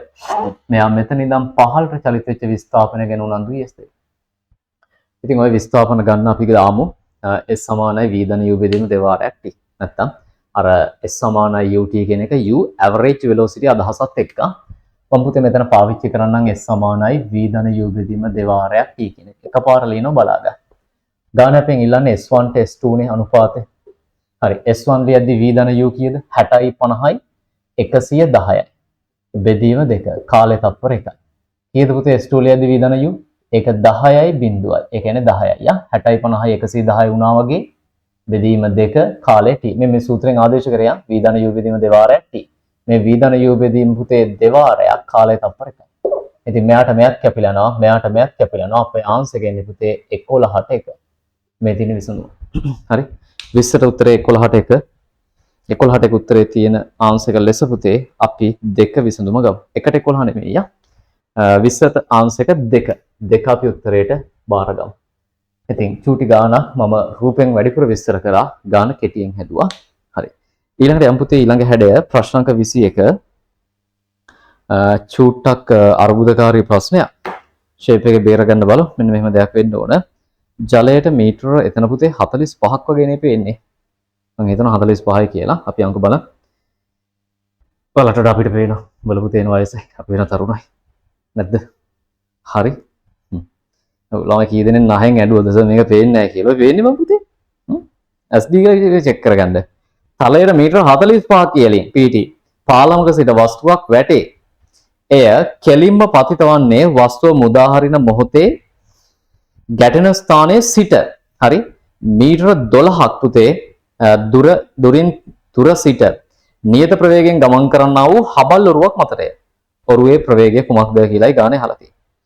හොඳට අහගන්න රූපයක් අදින්නම් විස්තර කරන්නම්. අපි දරුවන්ට සිහියෙන් අහගෙන ඉන්න වෙయ్యා. ප්‍රශ්න අංක 21. මෙන්න පුතේ වස්තුවක් මුදා හරිනවා. මේ වස්තුව මුදා හරිද්දී මේ බෝට්ටුව තිබ්බ විදිය මම මේ විදිහට අඳින්නම්. හබල් ඔරුවක්නේ. මොකක් හරි කමක් නැහැ. හරි. මේ වස්තුව අතහරිද්දි පුතේ මෙයා හිටියේ අපි හිතමු බෝට්ටුවේ මෙන්න මේ වගේ x කියලා මට්ටමකට ඉහළින්. වැටුනේ නෑ මේ එකම වෙලාවේ. මේ එකම වෙලාවේ හොඳේ පුතේ. එකම වෙලාවේ මෙන්න වස්තුව අර උඩ රැඳෙද්දි බෝට්ටුව රැඳුනේ මෙතන. දැන් ওই වස්තුව x ට වැටුනේ නෑ. වැටෙන්නේ හිතේ තිබ්බේ ඔතන පුතේ. අර මෙතනින් අතහරිද්දි ඒකට පල්ලෙන් තිබ්බේ x. හරිද? උඩින් අතහරිද්දි එයාට පහලින් තිබ්බේ x. දැන් ප්‍රශ්නේ මූත් චලිත වෙනවා නේද? දැන් ඒගොල්ලෝ කියලා තියෙනවා වස්තුව උඩේ ඉඳන් පල්ලෙහාට වැටෙද්දී මම ඒ රූපේ පොඩ්ඩක් යටින් අඳින්නම්. හරි? ඔන්න පුතේ වස්තුව උඩේ ඉඳන් පල්ලෙහාට වැටිලා මේ බෝට්ටුව ඉස්සරහට චලිත වීමක් සිද්ධ වෙලා. හරිද? බෝට්ටුවේ පිටිපස්ස ඉස්සරහට ගිය දුරයි ඉස්සරහට ගිය දුරයි සමානයි. මෙන්න පුතේ මට අර එකම අඳින්න බැරි නිසා මම චූට්ටක් පල්ලෙහාට ගත්තා. නමුත් උඩින් ඉඳන් පහළට වැටිච්ච දුර ලෙස මීටර කීය ගන්නද අපි ළමයි 45 ගන්න. ඒක ගානේ දුන්න පුතේ මෙයා මීටර 45 කියලින් තමයි තිබ්බේ කියලා. ඇත්තම කතාව මේ බෝට්ටුව තව පොඩ්ඩක් උඩින් පෙන්නුවා නම් හොඳයි. නිල් පාට බෝට්ටුව මට්ටමින් පෙන්නුවා නම් හොඳයි. අඳින්න බැරි නිසා පුතේ පොඩ්ඩක් ඉස්සරහට තල්ලු කරලා ඇඳා. පැහැදිලිද දැන්? වස්තු උඩින් අතහරිද්දි බෝට්ටුවේ x මට්ටම තිබ්බේ උතන. දැන් පුතේ x මට්ටම කොහෙට ගිහිල්ලාද? ඔන්න දැන් එයා ඉස්සරහට ගිහිල්ලා. ගානේ තහවුරු කරා මේ x ඉස්සරහට ඇදිච්ච දුර පුතේ කොච්චරක් කියලාද? වස්තුව මීටර 45ක් පල්ලයට වැටෙද්දී බෝට්ටුව පුතේ මීටර 12ක් දුරක් ඉදිරියට ඇදිලා තියෙනවා. 12 මීටර දුරක් ඉදිරියට ඇදිලා තියෙනවා ඒකාකාර වේගයෙන්. දැන් විශේෂත්වය මෙච්චරයි. බෝට්ටුව චලිතුනේ ඒකාකාර ප්‍රවේගයෙන් මූ චලිත වෙන්නේ පුතේ 10 ms ශ්‍රේණි දෙකක තොරණේ. ඔය තියෙන්නේ චලිත හැඩයන් දෙක. ඉතින් බලන්න කොච්චර සරලද කියලා. මීටර 45ක් පේනවනේ පුතේ මට නම් පේනවා. අපේ ඇස් වැඩා. හරි. ඉතින් මීටර 45ක් ගුරුත්වජ ත්වරණයෙන් වැටෙද්දී පුතේ නිශ්චලතාවයේ සිට හරිද? මෙයා පුතේ මීටර 12ක් ඉස්සරහට ඇදිලා තියෙනවා. ඉතින් මොකද්ද අපිට කරන්න තියෙන්නේ? කාලය හොයලා S = ut දාන බෝට්ටේ ප්‍රවේගය එනවා. මම කාලය හොයනවා. මම දාන පුතේ අදාළ ස්කන්ධයට නිල් පාටින් ලකුණු කරේ කමක් නැහැ. මම මේක 1 කියලා ගන්නම්. මෙන්න 1 මෙන්න 2. එක ඇවිල්ලා ස්කන්ධය 2 බෝට්ටුවක්. මම එකට දාන පුතේ පහළට චලිත සමීකරණයක් S = ut ධන කවුද? භාගයයි gt වර්ගය. කොහොමද එන්නේ? S වගේ එයා මීටර 45ක් ඩවුන් පල්ලහැට ආවා. ut බිඳුවයි අතහරින්න. ගුරුත්වජ ත්වරණයෙන් භාගේ 5යි කාලය t ගේ වර්ගය කැපිලා යනවා 9යි t එන්නේ පුතේ තප්පර 3යි. මෙන්න t අපිට ආවා තප්පර 3ක් කියලා. ඊට පස්සේ කරන් තියෙන එක වැඩයි ඉතුරු මොකද්ද? තිරසට දාන්න S = ut. තිරසට S = ut දාදී බෝට්ටුව ඉදිරියට ඇදිච්ච දුර පුතේ ඒක අපි දන්නවා කීයද? මීටර 12. බෝට්ටුව ඉස්සරහට ඇදුණා මීටර 12. එයාට ගත වෙච්ච ප්‍රවේගය තමයි ගාන ඉල්ලන්නේ බෝට්ටුව ඉස්සරහට ගිය ප්‍රවේගය. ඒක අපි v0 කියලා ගමුද? කාලය උඩින් ගත්ත තප්පර 3යි. මොකද ওই දෙකම වෙන්නේ පුතේ එකම වෙලාවය. ඉතින් v0 ප්‍රවේගය මෙතනින් දැනෙනවා ඔයාලට. ඒ v0 එන්නේ කීයද? 4යි ms ඍණ 1. ඉතින් 4යි ms ඍණ 1 තියෙන අංශයක ලෙස අපි 4 විසඳුමට බාර ගමුවා. ඒක නිසා එතන උත්තරේ පුතේ 4 අපි උත්තරේට යවගමු. හරි. ඊළඟ ප්‍රශ්නේ බලන්න. මේක මේ ඉලක්කම් පේන්නේ ලකුණු දෙන්න එපා. හරිද? ඒක ටිකක් අපහැදිලි පුතේ අසාධාරණ නෑ අපියා. ඒක නිසා 24න් දැනට ලකුණුවා. එක ප්‍රශ්නයක් පොඩ්ඩක් අප්ස. නමුත් මම ගාන හැදුව පුතේ අතහැරියේ නෑ. දෙයක් තියෙනවනේ ඒක කතා කරන්නේ නේද? පොඩි හැඩයක්. ඒකාකාර ප්‍රවේගයෙන් යන බෝට්ටුවකුයි ගුරුත්වජ ත්වරණය පුතේ පහළට වැටෙන කවුද? වස්තුවකුයි මෙතන මේ රඳන්නේ. කියවන ප්‍රශ්නක 22. බෝලයක් සුමට xy බැවුමක් ඔස්සේ නිශ්චලතාවය මුදාහරින ලදී. සුමටයි කියලා කියුණා. අනතුරුව එය තිරස් YZ ඔස්සේ චලිත වී y හිදී ප්‍රත්‍යස්ස ලෙස ගැටී පොළාපනි. ශක්ති හානියක් නැහැ පුතේ. පසුව නැවත y දිගේ පැමිණ xy අතර ලක්ෂයකදී ෂණික නිශ්චලතාවය වේ. මෙම චලිතයට අදාළ ප්‍රවේග වී කාලය අතර ප්‍රස්ථාරය වනුයේ කියලා තමයි ගානේ අහලා තියෙන්නේ. මෙන්න මෙහෙම හැඩයක් ගත්තා නම් හරි. මේකේ පුතේ ඔයාලට දැනෙනවද මෙයා ඔය ආනත තලයේ ඔස්සේ යදි ත්වරණය වෙනවා. මම නිකමට පොඩි උදාහරණයක් ඉලක්කමක් දාගන්න. මෙන්න අහග ආනත තලයක් තිරස් තලයක් ඊට පස්සේ මෙයා ආනත තලය ඔස්සේ යද්දි පුතේ ත්වරණය වෙනවා. ඔය ත්වරණය වෙද්දී අපි ගමු එයාගේ මුලින්ම පහළට වෙච්ච ත්වරණය මම නිකන් කියන්නම් පුතේ අර g sin t අදහසින් 5 ms ඍණ 2යි කියලා. ඕක ධන ත්වරණයක්. ඊට පස්සේ මෙයා යන්නේ ඒකාකාර ප්‍රවේගය. පැහැදිලිද? ඊට පස්සේ මෙයා යන්නේ ඒකාකාර ප්‍රවේගය. දැන් මෙයා ප්‍රත්‍යස්ස ලෙස ගිහිලා ගැටෙනවනේ. ගැටලා පුතේ මොකක් වෙනවද? මෙයා ටර්න් එකක් ගන්නවානේ. U ටර්න් එකක් ගන්නවා ඩෝන් ගාලා අනිත් පැත්තට ප්‍රත්‍යස්ස ලෙස ගැටුමක්. මෙයා අනිත් පැත්තට එනවා ඒකාකාර ප්‍රවේගය. ඒකාකාර ප්‍රවේගයෙන් එල උඩට යන්නේ කීයකින්ද? ඍණ 5 ms ඍණ 2 මන්දනේ. ඒ නිසා මෙයාගේ චලිතය පුතේ බොහොම අනුරූපී. පල්ලෙහාට එන ත්වරණයයි උඩට එන මන්දනයයි සමානයි. ඊට පස්සේ ඒකාකාර ප්‍රවේගය ඒකාකාර ප්‍රවේගය. මොකද මෙතන සම්ප්‍රයුක්ත බල හදා ගන්න ගුරුත්වයවත් නැහැ නේ පුතේ. එයාගේ තිරසට කිසිම බලයක් නැහැ. ඒ නිසා අර මුලින්ම නිශ්චලතාවයෙන් වැඩේ පටන්ගෙන මම ප්‍රවේගයන් ටික පෙන්නන්නම්.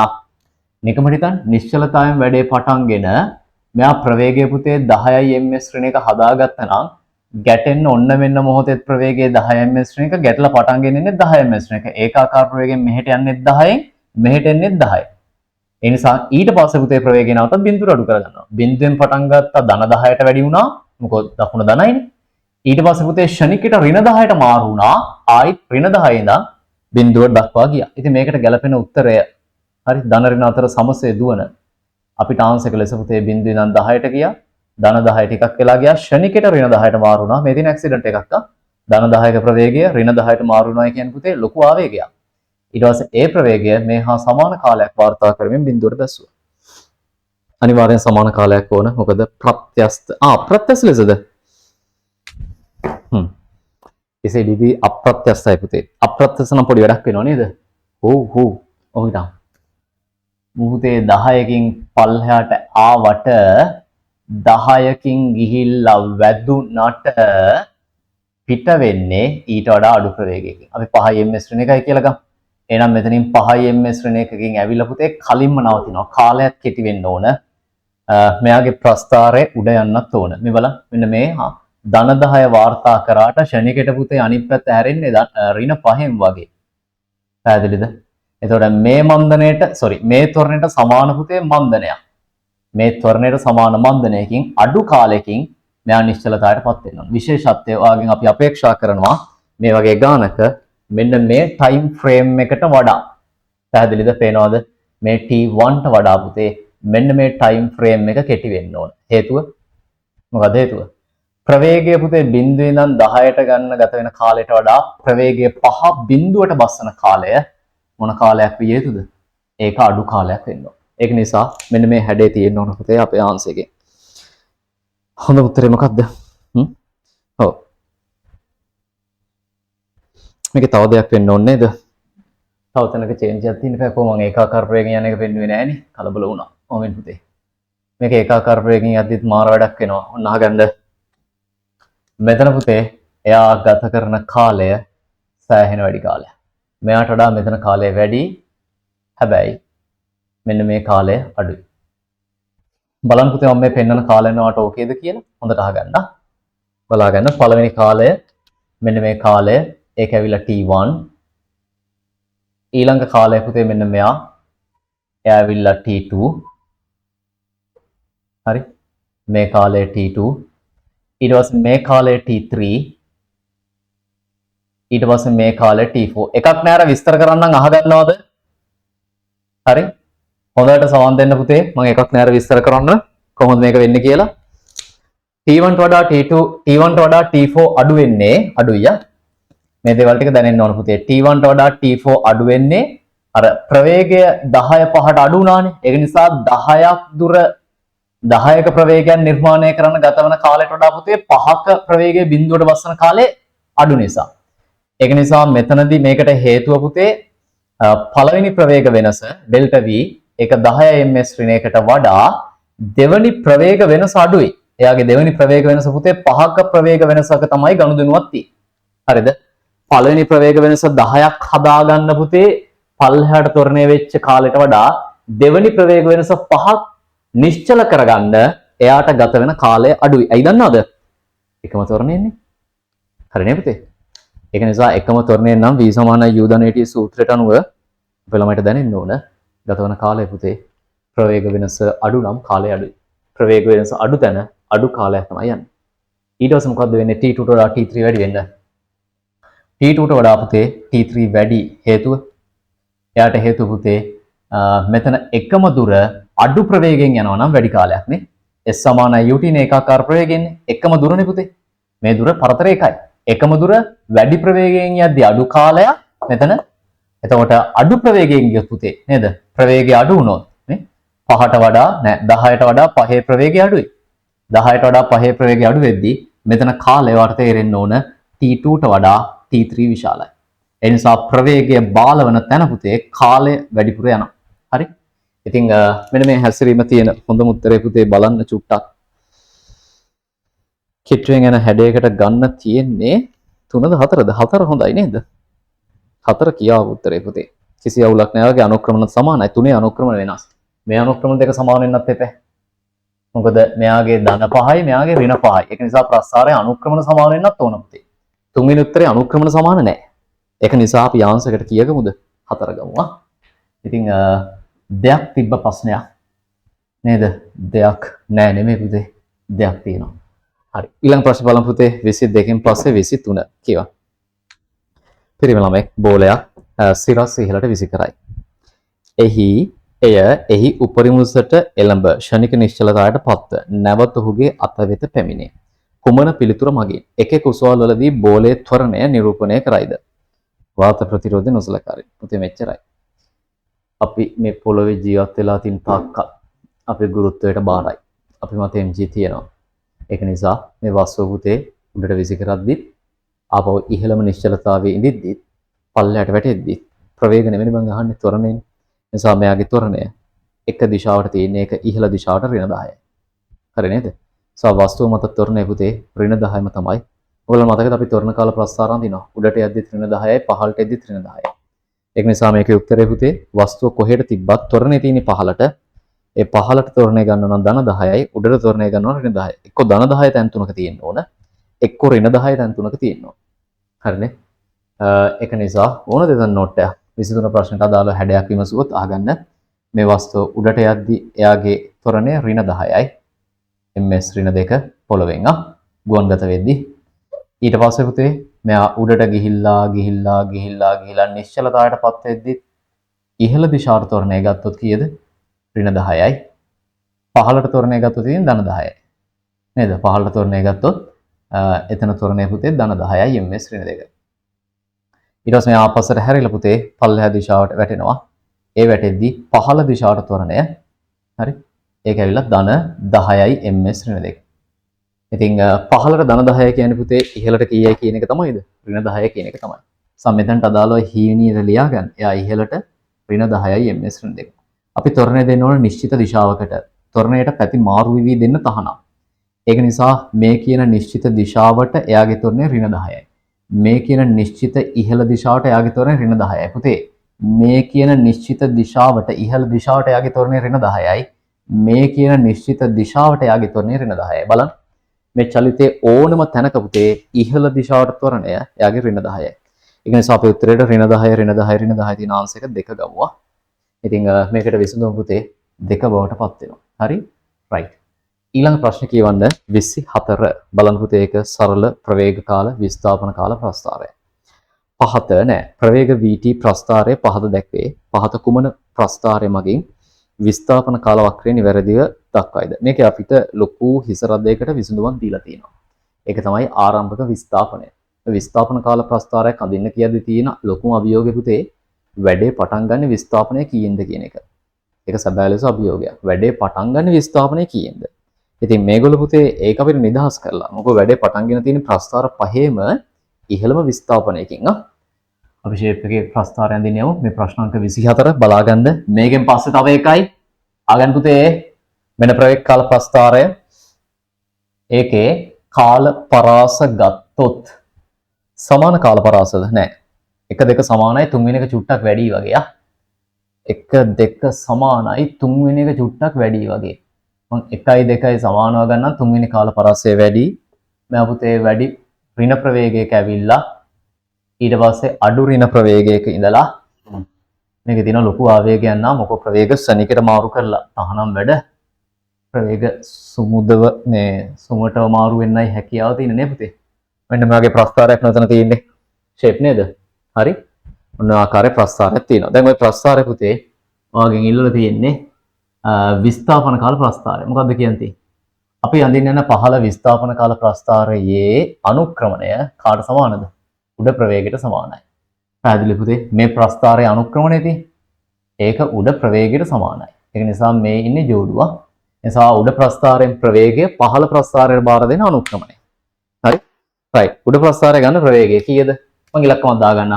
ඍණ 10යි. මෙයාටත් ඉලක්කමක් දාගන්න. පේනවද? ඉලක්කමක් ගන්නත් හයියක් තියෙන්න ඕන පුතේ. ඍණ 5යි. මෙයාට ඉලක්කමක් දාගන්න එක නිකන් ධන 10ක් වගේ කියලා මේ ප්‍රවේගයන් ටික. මම උඩ ප්‍රස්ථාරයෙන් ප්‍රවේග පැතුවා. ඍණ 10යි, ඍණ 5යි, ධන 10යි. දැන් උඩ ප්‍රස්ථාරයේ ප්‍රවේගයේ පහළ ප්‍රස්ථාරයේ අනුක්‍රමණය. එහෙනම් පළවෙනි කලාපයේ අනුක්‍රමණය කීයද පුතේ? ඍණ 10යි. ඊළඟ කලාපයේ අනුක්‍රමණය කීයද? ඍණ 5යි. ඊළඟ කලාපයේ අනුක්‍රමණය කීයද? ධන 10යි. ඉතින් ප්‍රස්ථාරයේ උඩම ලක්ෂයෙන් පටන්ගෙන ඔය අනුක්‍රමණය ටික අඳින්න. පළවෙනි අනුක්‍රමණය ඍණ 10යි. ඊළඟ අනුක්‍රමණය ඍණ 5යි. ඔන්න ඍණ අනුක්‍රමණය බාල කරා. නියතයි පුතේ. අනුක්‍රමණ නේද? ප්‍රවේග වෙනස් වෙන්නේ නැතිනම් මේ සමාන ලකුණු උඹලට විශ්වාස වෙන්න ඕන මට වඩා පුතේ ප්‍රවේග වෙනස් වෙන්නේ නැත්නම් අනුක්‍රමණ වෙනස් වෙන්නත් බෑ. හරි? ඉතින් මුලින් වැඩි අනුක්‍රමණයක් පස්සේ අඩු අනුක්‍රමණයක් මේකේ පුතේ විස්ථාපන බිඳුවක් ගෙනලා තියෙනවා සමහරු 1 2 වගේ ප්‍රස්ථාර වලින් එක වැරදිනේ කොහමද? මුලින් අනුක්‍රමණය වැඩි එකේ මුලින් අනුක්‍රමණය අඩුයි 2 ඕකේ අපේ වැඩේට 5 ඕකේ අපේ වැඩේට හරි 2යි 5යි ඕකේ අපි පුතේ ඒගොල්ලෝ ඒ විදිහට ඇඳලා තියෙන නිසා අපි විස්ථාපන බිඳුවට බස්සමු. මොකද එයාලා විස්ථාපන බිඳුවට බස්සද්දී අපිට බලන් ඉන්න බෑනේ. ඔන්න පුතේ මම විස්ථාපන එයාලා බිඳුවට බස්සපු නිසා හොඳේ මම එයාවත් බිඳුවට බැස්සුවා. ෂේප්ද බලන්න. හරි අහන්න එපා ඒසර බිඳුුනේ කියලා මමවත් දන්නේ නැහැ පුතේ. සිරාවට කියන්නේ හරි. ඊට පස්සේ ඔන්න දැන් ප්‍රස්ථාරයේ කොටසක් බේරගත්තා. දැන් උත්තර තව දෙකයි තියෙන්නේ 2 සහ 5. 2 සහ 5 වලින් මොකද කියන්නේ? අරයාගේ අනුක්‍රමණය ධන 10යි. ධන 10 කියන්නේ පුතේ මේ අනුක්‍රමණයම අනිත් පැත්තට දුවන්න ඕන. ඒක නිසා මෙයාගේ අනුක්‍රමණය මට නිකන් දැන විදියට මෙතන ඇන්දොත් පුතේ මෙන්න මේ ආකාරයේ විශාල අනුක්‍රමණයක් දරනවා. ඉතින් මේ හැඩයට තියෙන උත්තරය ලෙස අපි 2 විසඳුමට ගමු. 24ට හොඳම උත්තරේ පුතේ 2. අන්තිම ලාස්ට් ෆයිනල් එක කියවා 25. එක ප්‍රශ්නයක් අප්සර් ඒකත් හැදුවා. චූරි ප්‍රින්ටිං මිස්ටේක් එක. මේක 45 දාගෙන හදාගත්තු උන් ඉන්නව නම් පුතේ ලකුණු දෙකක් දාගන්න. හරිද? මේක 45 දාගෙන අද ඉඳන් අතහැරන්කො බලන්න ප්‍රශ්න පුතේ. හරි? මේක 45 දාගෙන ගාන හදාගත්ත ළමයි ඉන්නවා නම් ලකුණු දෙකක් දාගන්න එකක් නෙමෙයි. හරි. කියවන ප්‍රශ්න අංක 25. රූපය දැක්වෙන්නේ ජලය පිරි ඒකාකාර ඝනකමකින් යුතු ගෝලාකාර වීදුරු බල්බයකි. හරි. ගෝලාකාරයි වීදුරුයි ජලය පිරලා. ටි කපාටයක් වැල්ලයක් තියනවලු. ස්කන්ධය නොසලකා හැරිය හැකිය. විවෘත කිරීමෙන් ජලය නියත ශීඝ්‍රතාවයෙන් පිටවීමට සලසයි. කපාටය විවෘත කරන මොහොතේ සීට ඉහළින් වූ ගුරුත්ව කේන්ද්‍රය ක්‍රමයෙන් ගෝලයේ කේන්ද්‍රයට පැමිණේ. ආරම්භයේදී ගුරුත්ව කේන්ද්‍රය සීට පහළින් තිබී. හරි. මේකේ වගන්ති තුනක් තියෙන්නේ. වෙන සිද්ධිය කියලා අපි වගන්ති වලට එමුද? නැත්නම් ඕව ඔලුවට දාගන්න එක කියන්නේ කුණු ගොඩක් දාගන්න. ඇයි මෙතන හරි වගන්තිත් තියෙනවා, වැරදි වගන්තිත් තියෙනවා. මුලින් ගිහලා පුතේ මේ අපි යාගේ කතාව කියමු. ඊට පස්සේ බලමු අපේ කතාවත් එක්ක වගන්ති ටික ගැලපෙනවද කියලා. හරි? රයිට්. කියන දේ තේරුණානේ. මේකේ ජලය අයින් වෙනවා. මුලින් වතුර පිරලා තියෙන්නේ. ගුරුත්ව කේන්ද්‍රයේ හැඩය විමසන්නේ. බලාගෙන ෂේප් එකේ ගෝලය අඳිනවා. මේක බොහොම ජනප්‍රිය ප්‍රශ්නයක්. අපේ ලෙවල්ස් වල තමයි තාම දීලා නැහැ. සමහර තැන්වල චූට්ටක් දීලා තියෙනවා. මෙන්න මෙතන තියෙන පුතේ වෑල් එකක්. එයාලා මේ වෑල් එක විවෘත කරලා ජලය ඉහිරෙන්න දෙනවා. ආරම්භයේ මේක සම්පූර්ණයෙන් ෆුල් ටැංක් වෙලා තියෙන්නේ. සම්පූර්ණයෙන් ෆිල්. එතකොට පුතේ වීදුරු වල බරක් තියෙනවා, ජලයේ බරක් තියෙනවා. වීදුරු වල බර ගෝලාකාරයි. ඒකේ ගුරුත්ව කේන්ද්‍රය මැද්දේ. ජලයේ බරත් ගෝලාකාරයි. එයාගේ ගුරුත්ව කේන්ද්‍රයත් මැද්දේ. ඒක නිසා පළවෙනි පද්ධතියේ ගුරුත්ව කේන්ද්‍රය තියෙන පුතේ හරි මැද්දේ. පේනවද? මම 1 කියලා දැම්මේ මම උනන්දු වෙච්ච පළවෙනි ලක්ෂය. මොකද ජලයත් ගෝලාකාර හැඩයයි. හරි ක්ලියර්නේ. ඊට පස්සේ පුතේ වීදුරුත් ගෝලාකාර හැඩයයි. ඒක නිසා යාගේ ගුරුත්ව කේන්ද්‍රය හරි මැද්දේ තියෙන්නේ. ඔන්න 1 කියලා කළු පාටින් මම ඒ ලක්ෂය ලකුණු කරා. දැන් මොකද? වතුර ටික යනවා. දැන් වතුර ටික යද්දි පුතේ බෝලේ හැමමනේ වීදුරු. ඒතර වීදුරු බෝලේ ගුරුත්ව කේන්ද්‍රය මැද්දේ. දැන් ජලයේ ගුරුත්ව කේන්ද්‍රය ඇයි වතුර ටික යනවනේ. වතුර ටික යද්දි ජල මට්ටම් පාත් වෙනවා. ඉතින් ජල මට්ටම් පාත් වෙද්දී ඔයාලට තේරෙනවද? මේකේ ජලයේ ගුරුත්ව කේන්ද්‍රය පල්ලම් බහිනවා. එහෙනම් සඵල ගුරුත්ව කේන්ද්‍රයත් කොහෙට යනවද පුතේ? පහළට යනවා. ඒ නිසා මෙයාගේ ගුරුත්ව කේන්ද්‍රයට මාර වැඩක් වෙනවා පුතේ. මොකද වෙන්නේ? පොඩි ආගමනයක් තියෙනවා පහළ දිශාවට. මෙයාගේ ගුරුත්ව කේන්ද්‍රය අපි පොඩ්ඩක් ලොකු රූපයක් හඳගමුද? හිච්චි වගේ මෙයා. අහග. ආයිත් නේ පුතේ අතින් පයින් යනවද? ඔලාග. මෙන්න පළවෙනි ගුරුත්ව කේන්ද්‍රය. එයා හරි මැද්දේ. දැන් මේකේ වතුර ටික පුතේ පල්ලම් බැස්සම මම නිකන් උදාහරණයක් ලෙස කියන්නම් ජල මට්ටම මෙන්න මේ හරියට භාගයක් තිබ්බ මොහොතක් කියලා. මේ පළවෙනි රූපෙදී මේක ෆුල් ටැංක් ළඟින් ලියා ගන්න ඕන 1 කියලා දාලා පූර්ණ පිරී ඇති විට ගුරුත්ව කේන්ද්‍රය තියෙන එතන. ඔන්න පුතේ 2 මට්ටම ජලය මෙතනට ආවම දැනෙනවද? ඒ ජලයේ ගුරුත්ව කේන්ද්‍රය පහළට ගිහිල්ලා අර වීදුරු වල ගුරුත්ව කේන්ද්‍රයේ මැද සම්ප්‍රයුක්තයේ කොහේ හරි තැනක අතරමඟ තැනක තියේවි. එහෙම නේද? මෙයාගේ ගුරුත්ව කේන්ද්‍රය පුතේ මැද තැනකට තියේවි. ඔන්න බලන්නකො ඊට පස්සේ වෙන වැඩේ. ජලය ටික දැන් යටටම බහැලා නේ. හිච්චයි ඇබිත්තයි පුතේ ඉතුරු වතුර. ඇත්තෙම නෑ වගේ. මෙන්න පුතේ 3 වෙනිට අපි තර්ක කරන මට්ටම. මොකද කියන්නේ? මහා පරිමාණ ජල ස්කන්ධයක් නැත අතහැරලා දාන්න. හරි? මහා පරිමාණ ජල ස්කන්ධයක් නැත පුතේ. ඒක අනේ අතහැරලා දාන්න. ඒක නිසා මේකේ දැන් ස්කන්ධයකටයි කියලා තියෙන්නේ කවුරු විතරද පුතේ? වීදුරු නේද? මෙයාගේ අදාළේ භාජනය විතරයි. නැත්නම් ඒ චේම්බර් එක නැත්නම් ඒ හැඩය විතරයි පුතේ. ඒ නිසා ඒ තනි වීදුරු කුට්ටියේ ගුරුත්ව මේ වීදුරු භාජනයේ ගුරුත්ව කේන්ද්‍රය නැවතත් කොහෙද තියෙන්නේ පුතේ? භාජනයේ හරි මැද්දේ. ඒක නිසා මෙන්න 3 වෙනි පිහිටීම පුතේ. හරි? එයාගේ ගුරුත්ව කේන්ද්‍රය ආයි කොහෙ ගියාද? උඩට ගියා. මුලින් ගුරුත්ව කේන්ද්‍රය එකේ තිබ්බේ වීදුරු බරයි ජලයේ බරයි හරි මැද්ද නිසා. පස්සේ ගුරුත්ව කේන්ද්‍රය පල්ලෙහාට ආවේ වීදුරු වල ගුරුත්ව කේන්ද්‍රය මැද්දේ ඉන්නකොට අහගෙන ඉන්න ජලයේ ගුරුත්ව කේන්ද්‍රය පහළ ගියාම මැද දැනක් ගන්න ඕන නිසා එයා ටිකක් ඩවුන් ගියා. පස්සේ පුතේ ආයෙත් ගුරුත්ව කේන්ද්‍රය උඩට ආවේ ජලය ටික ඔක්කොම පිට වෙලා යද්දි. මේක එකම ස්කන්ධ නියෝජනය වීදුරු භාජනය විතරයි. තේරුණාද? ඒ නිසා ගුරුත්ව කේන්ද්‍රය පහළට ගියේ කාපුතේ නැවතත් කොහෙට ආවද? උඩට ආවා. ඡන්දලං උනම් කරන ප්‍රශ්න. පැත්ත මාරු කරනවා. ආයෙත් හිටපු තැනටම ආපුතේ. යම් බලන්න වැඩි. කපාට විවෘත කරන මොහොතේ සීට ඉහළින් වූ ගුරුත්ව කේන්ද්‍රය. ගුටි ගන්න එපයි කියන්නේ කැපිටල් A වැරදි. කපාට විවෘත කරනවා කියන්නේ අංක 1. අංක 1 දී ගුරුත්ව කේන්ද්‍රයේ C කියන සෙන්ට් එකට උඩින් තිබ්බේ නෑ ආ. මේ එක ලක්ෂය ඇවිල්ලා පුතේ ගාන්ට C සෙන්ට් එකේ. ඒක නිසා එක වගන්තිය ඔතනින් එහාට කියවන්න එපා බම් පුතේ. ඒද? ඒ වගන්තිය ඔතනින් එහාට කියවන්න එපා. මොකද C ට ඉහළින් ගුරුත්ව කේන්ද්‍රය තිබ්බේ නෑ. මුලදී තිබ්බේ C මත. B වලට යන්න. වැරදිනේ. ඒ හරි. B බලන්න. ආරම්භයේදී ගුරුත්ව කේන්ද්‍රය C ට පහළින් තිබී. පහළට ගොස් පසුව ආපහු C වෙත පැමිණේ. පොඩ්ඩකින් මේක ෆුල් ටැංක්ම නැද්ද? රූපේ දැක්වෙන්නේ ජලය පිරි ඒකාකාර ඝනකමකින් යුතු වීදුරු බල්බයක්. ඔය ඒගොල්ලෝ පෙන්වලා තියෙන විදිහට පුතේ භාගයක් නම් වතුර තියෙන්නේ ගුරුත්ව කේන්ද්‍රයේ C ට චුඩ්ඩක් යටින් තියෙන්නේ. මම ඒක රූපයට අදාළව චූටි වෙනසක් කරන්නම්. බලා ගන්න අපේ ළමයි. මේකේ විග්‍රහය පොඩ්ඩක් වෙනස් කරනවා පුතේ. මොකද ඒගොල්ලෝ අපේක්ෂා කරලා තියෙන්නේ නිකන් ජලය ඔය පෙන්නපු මට්ටමේ ඉඳන් වගේ ගතියක් නේද? කොබලා. ඔව්. අහගන්න. මෙන්න පළවෙනි පිහිටීම. ඔතනදී ගුරුත්ව කේන්ද්‍රය මේ සෙන්ටර් එකට මදක් පුතේ පහලින්. ඇයි කියලා තේරෙනවනේ? හරියටම සෙන්ටර් එකේම ගුරුත්ව කේන්ද්‍රය ගන්න තිබ්බා වතුර සම්පූර්ණයෙන් පිරලා තිබ්බනම්. එතකොට වීදුරු වල ගුරුත්ව කේන්ද්‍රය හරි මැද්දේ ජලයේ ගුරුත්ව කේන්ද්‍රය චුට්ටක් පල්ලහැට ගිය නිසා එකේ ගුරුත්ව කේන්ද්‍රයේ මදක් පහළ. හරි පුතේ දැන් හරියා. ඒක නිසා පළවෙනි ගුරුත්ව කේන්ද්‍රයේ තියෙන පුතේ පොඩ්ඩක් පහළට වෙන්න. මොකද ජලය සම්පූර්ණයෙන්ම පිරලා නෑ.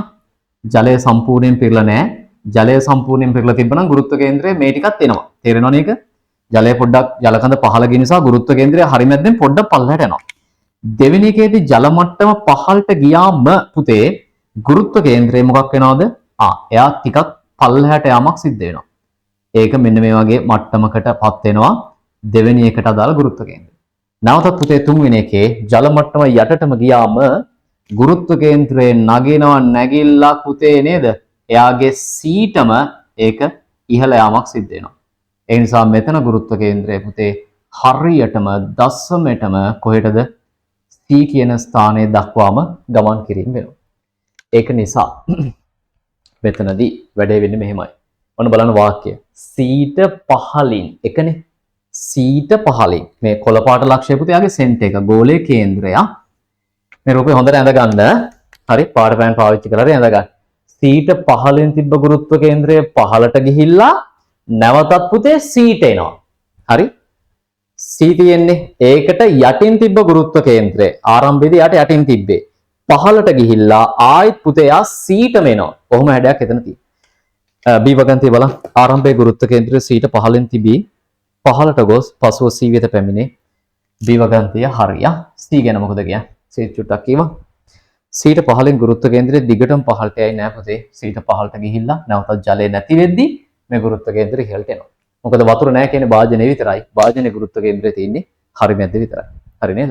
right. ඉතින් මේකේ ආන්සර් එක පුතේ B. B පමණක් සත්‍ය උත්තරය ලෙස අපි මෙයාගේ දෙවෙනි උත්තරේ ගමුවා. මේකේ ආන්සර් එක පුතේ 2. දැන් ඔයාලට ලකුණු දාගන්න පුළුවන් 24න් කීයද කියලා. සමහරුන්ගේ 24න් 26ක් වෙන්නත් පුළුවන්කම තියෙනවා. හරි හරි. ඔව් මේක 45 අරගෙන හදපු කට්ටිය ලකුණු 2ක් දාගන්න. අපි බලමු පන්ති වලදී ඔයගොල්ලන්ගේ වැඩිම ලකුණු කොහොමද කියලා. try කරන්න පුතේ විප්ලවයන් කරන්න. ඔයාලට පුළුවන්. ඔයා කන්නෙත් එකම කෑම අරු කන්නෙත් එකම කෑම. ඔයාට ගන්නත් එකම ෆිසික්ස් අරුට ගන්නත් එකම ෆිසික්ස්. නේ පුතේ. හරි. ඉතින් මොකද්ද වෙනස? අපි හැමෝම ඉන්නේ ලංකාවේ. අපි හැමෝටම එකම භාෂාවෙන් ඉගෙනගෙන ඉන්නේ. එක දෙයයි බඩගින්නේ සයිස් එක. එච්චරයි පුතේ. ඒ ඔයගොල්ලන්ගේ බඩගින්නේ සයිස් එක වැඩි කරගන්න කෑම එතකොට හම්බ වෙනවා. හරි. ඉතින් ඔය දේ නිතරම මතක තියාගන්න පුතේ. අපේ දරුවන්ගේ උනන්දුව හරි නොපොසුබට නේද? ඒකාකාර උනන්දුව. ක්‍රමක්‍රමයෙන් ඒක වැඩි වෙයි. ඔයා වැඩිපුර වැඩ කරොත් ඉල්ලන්න ලැබෙයි. ඒක නිසා ඒ උනන්දුව තියාගන්න. එච්චරයි අවශ්‍ය දේ. අත්දැකීමෙන් කියන්නේ හරි. හරි. පන්ති නවත්තන්න. ඊළඟ දවසක හම්බ වෙමු. එන හැමෝටම පුතේ සුබ දවසක්. අපි තවත් පේපර් එකකින් සම්බන්ධ වෙමු.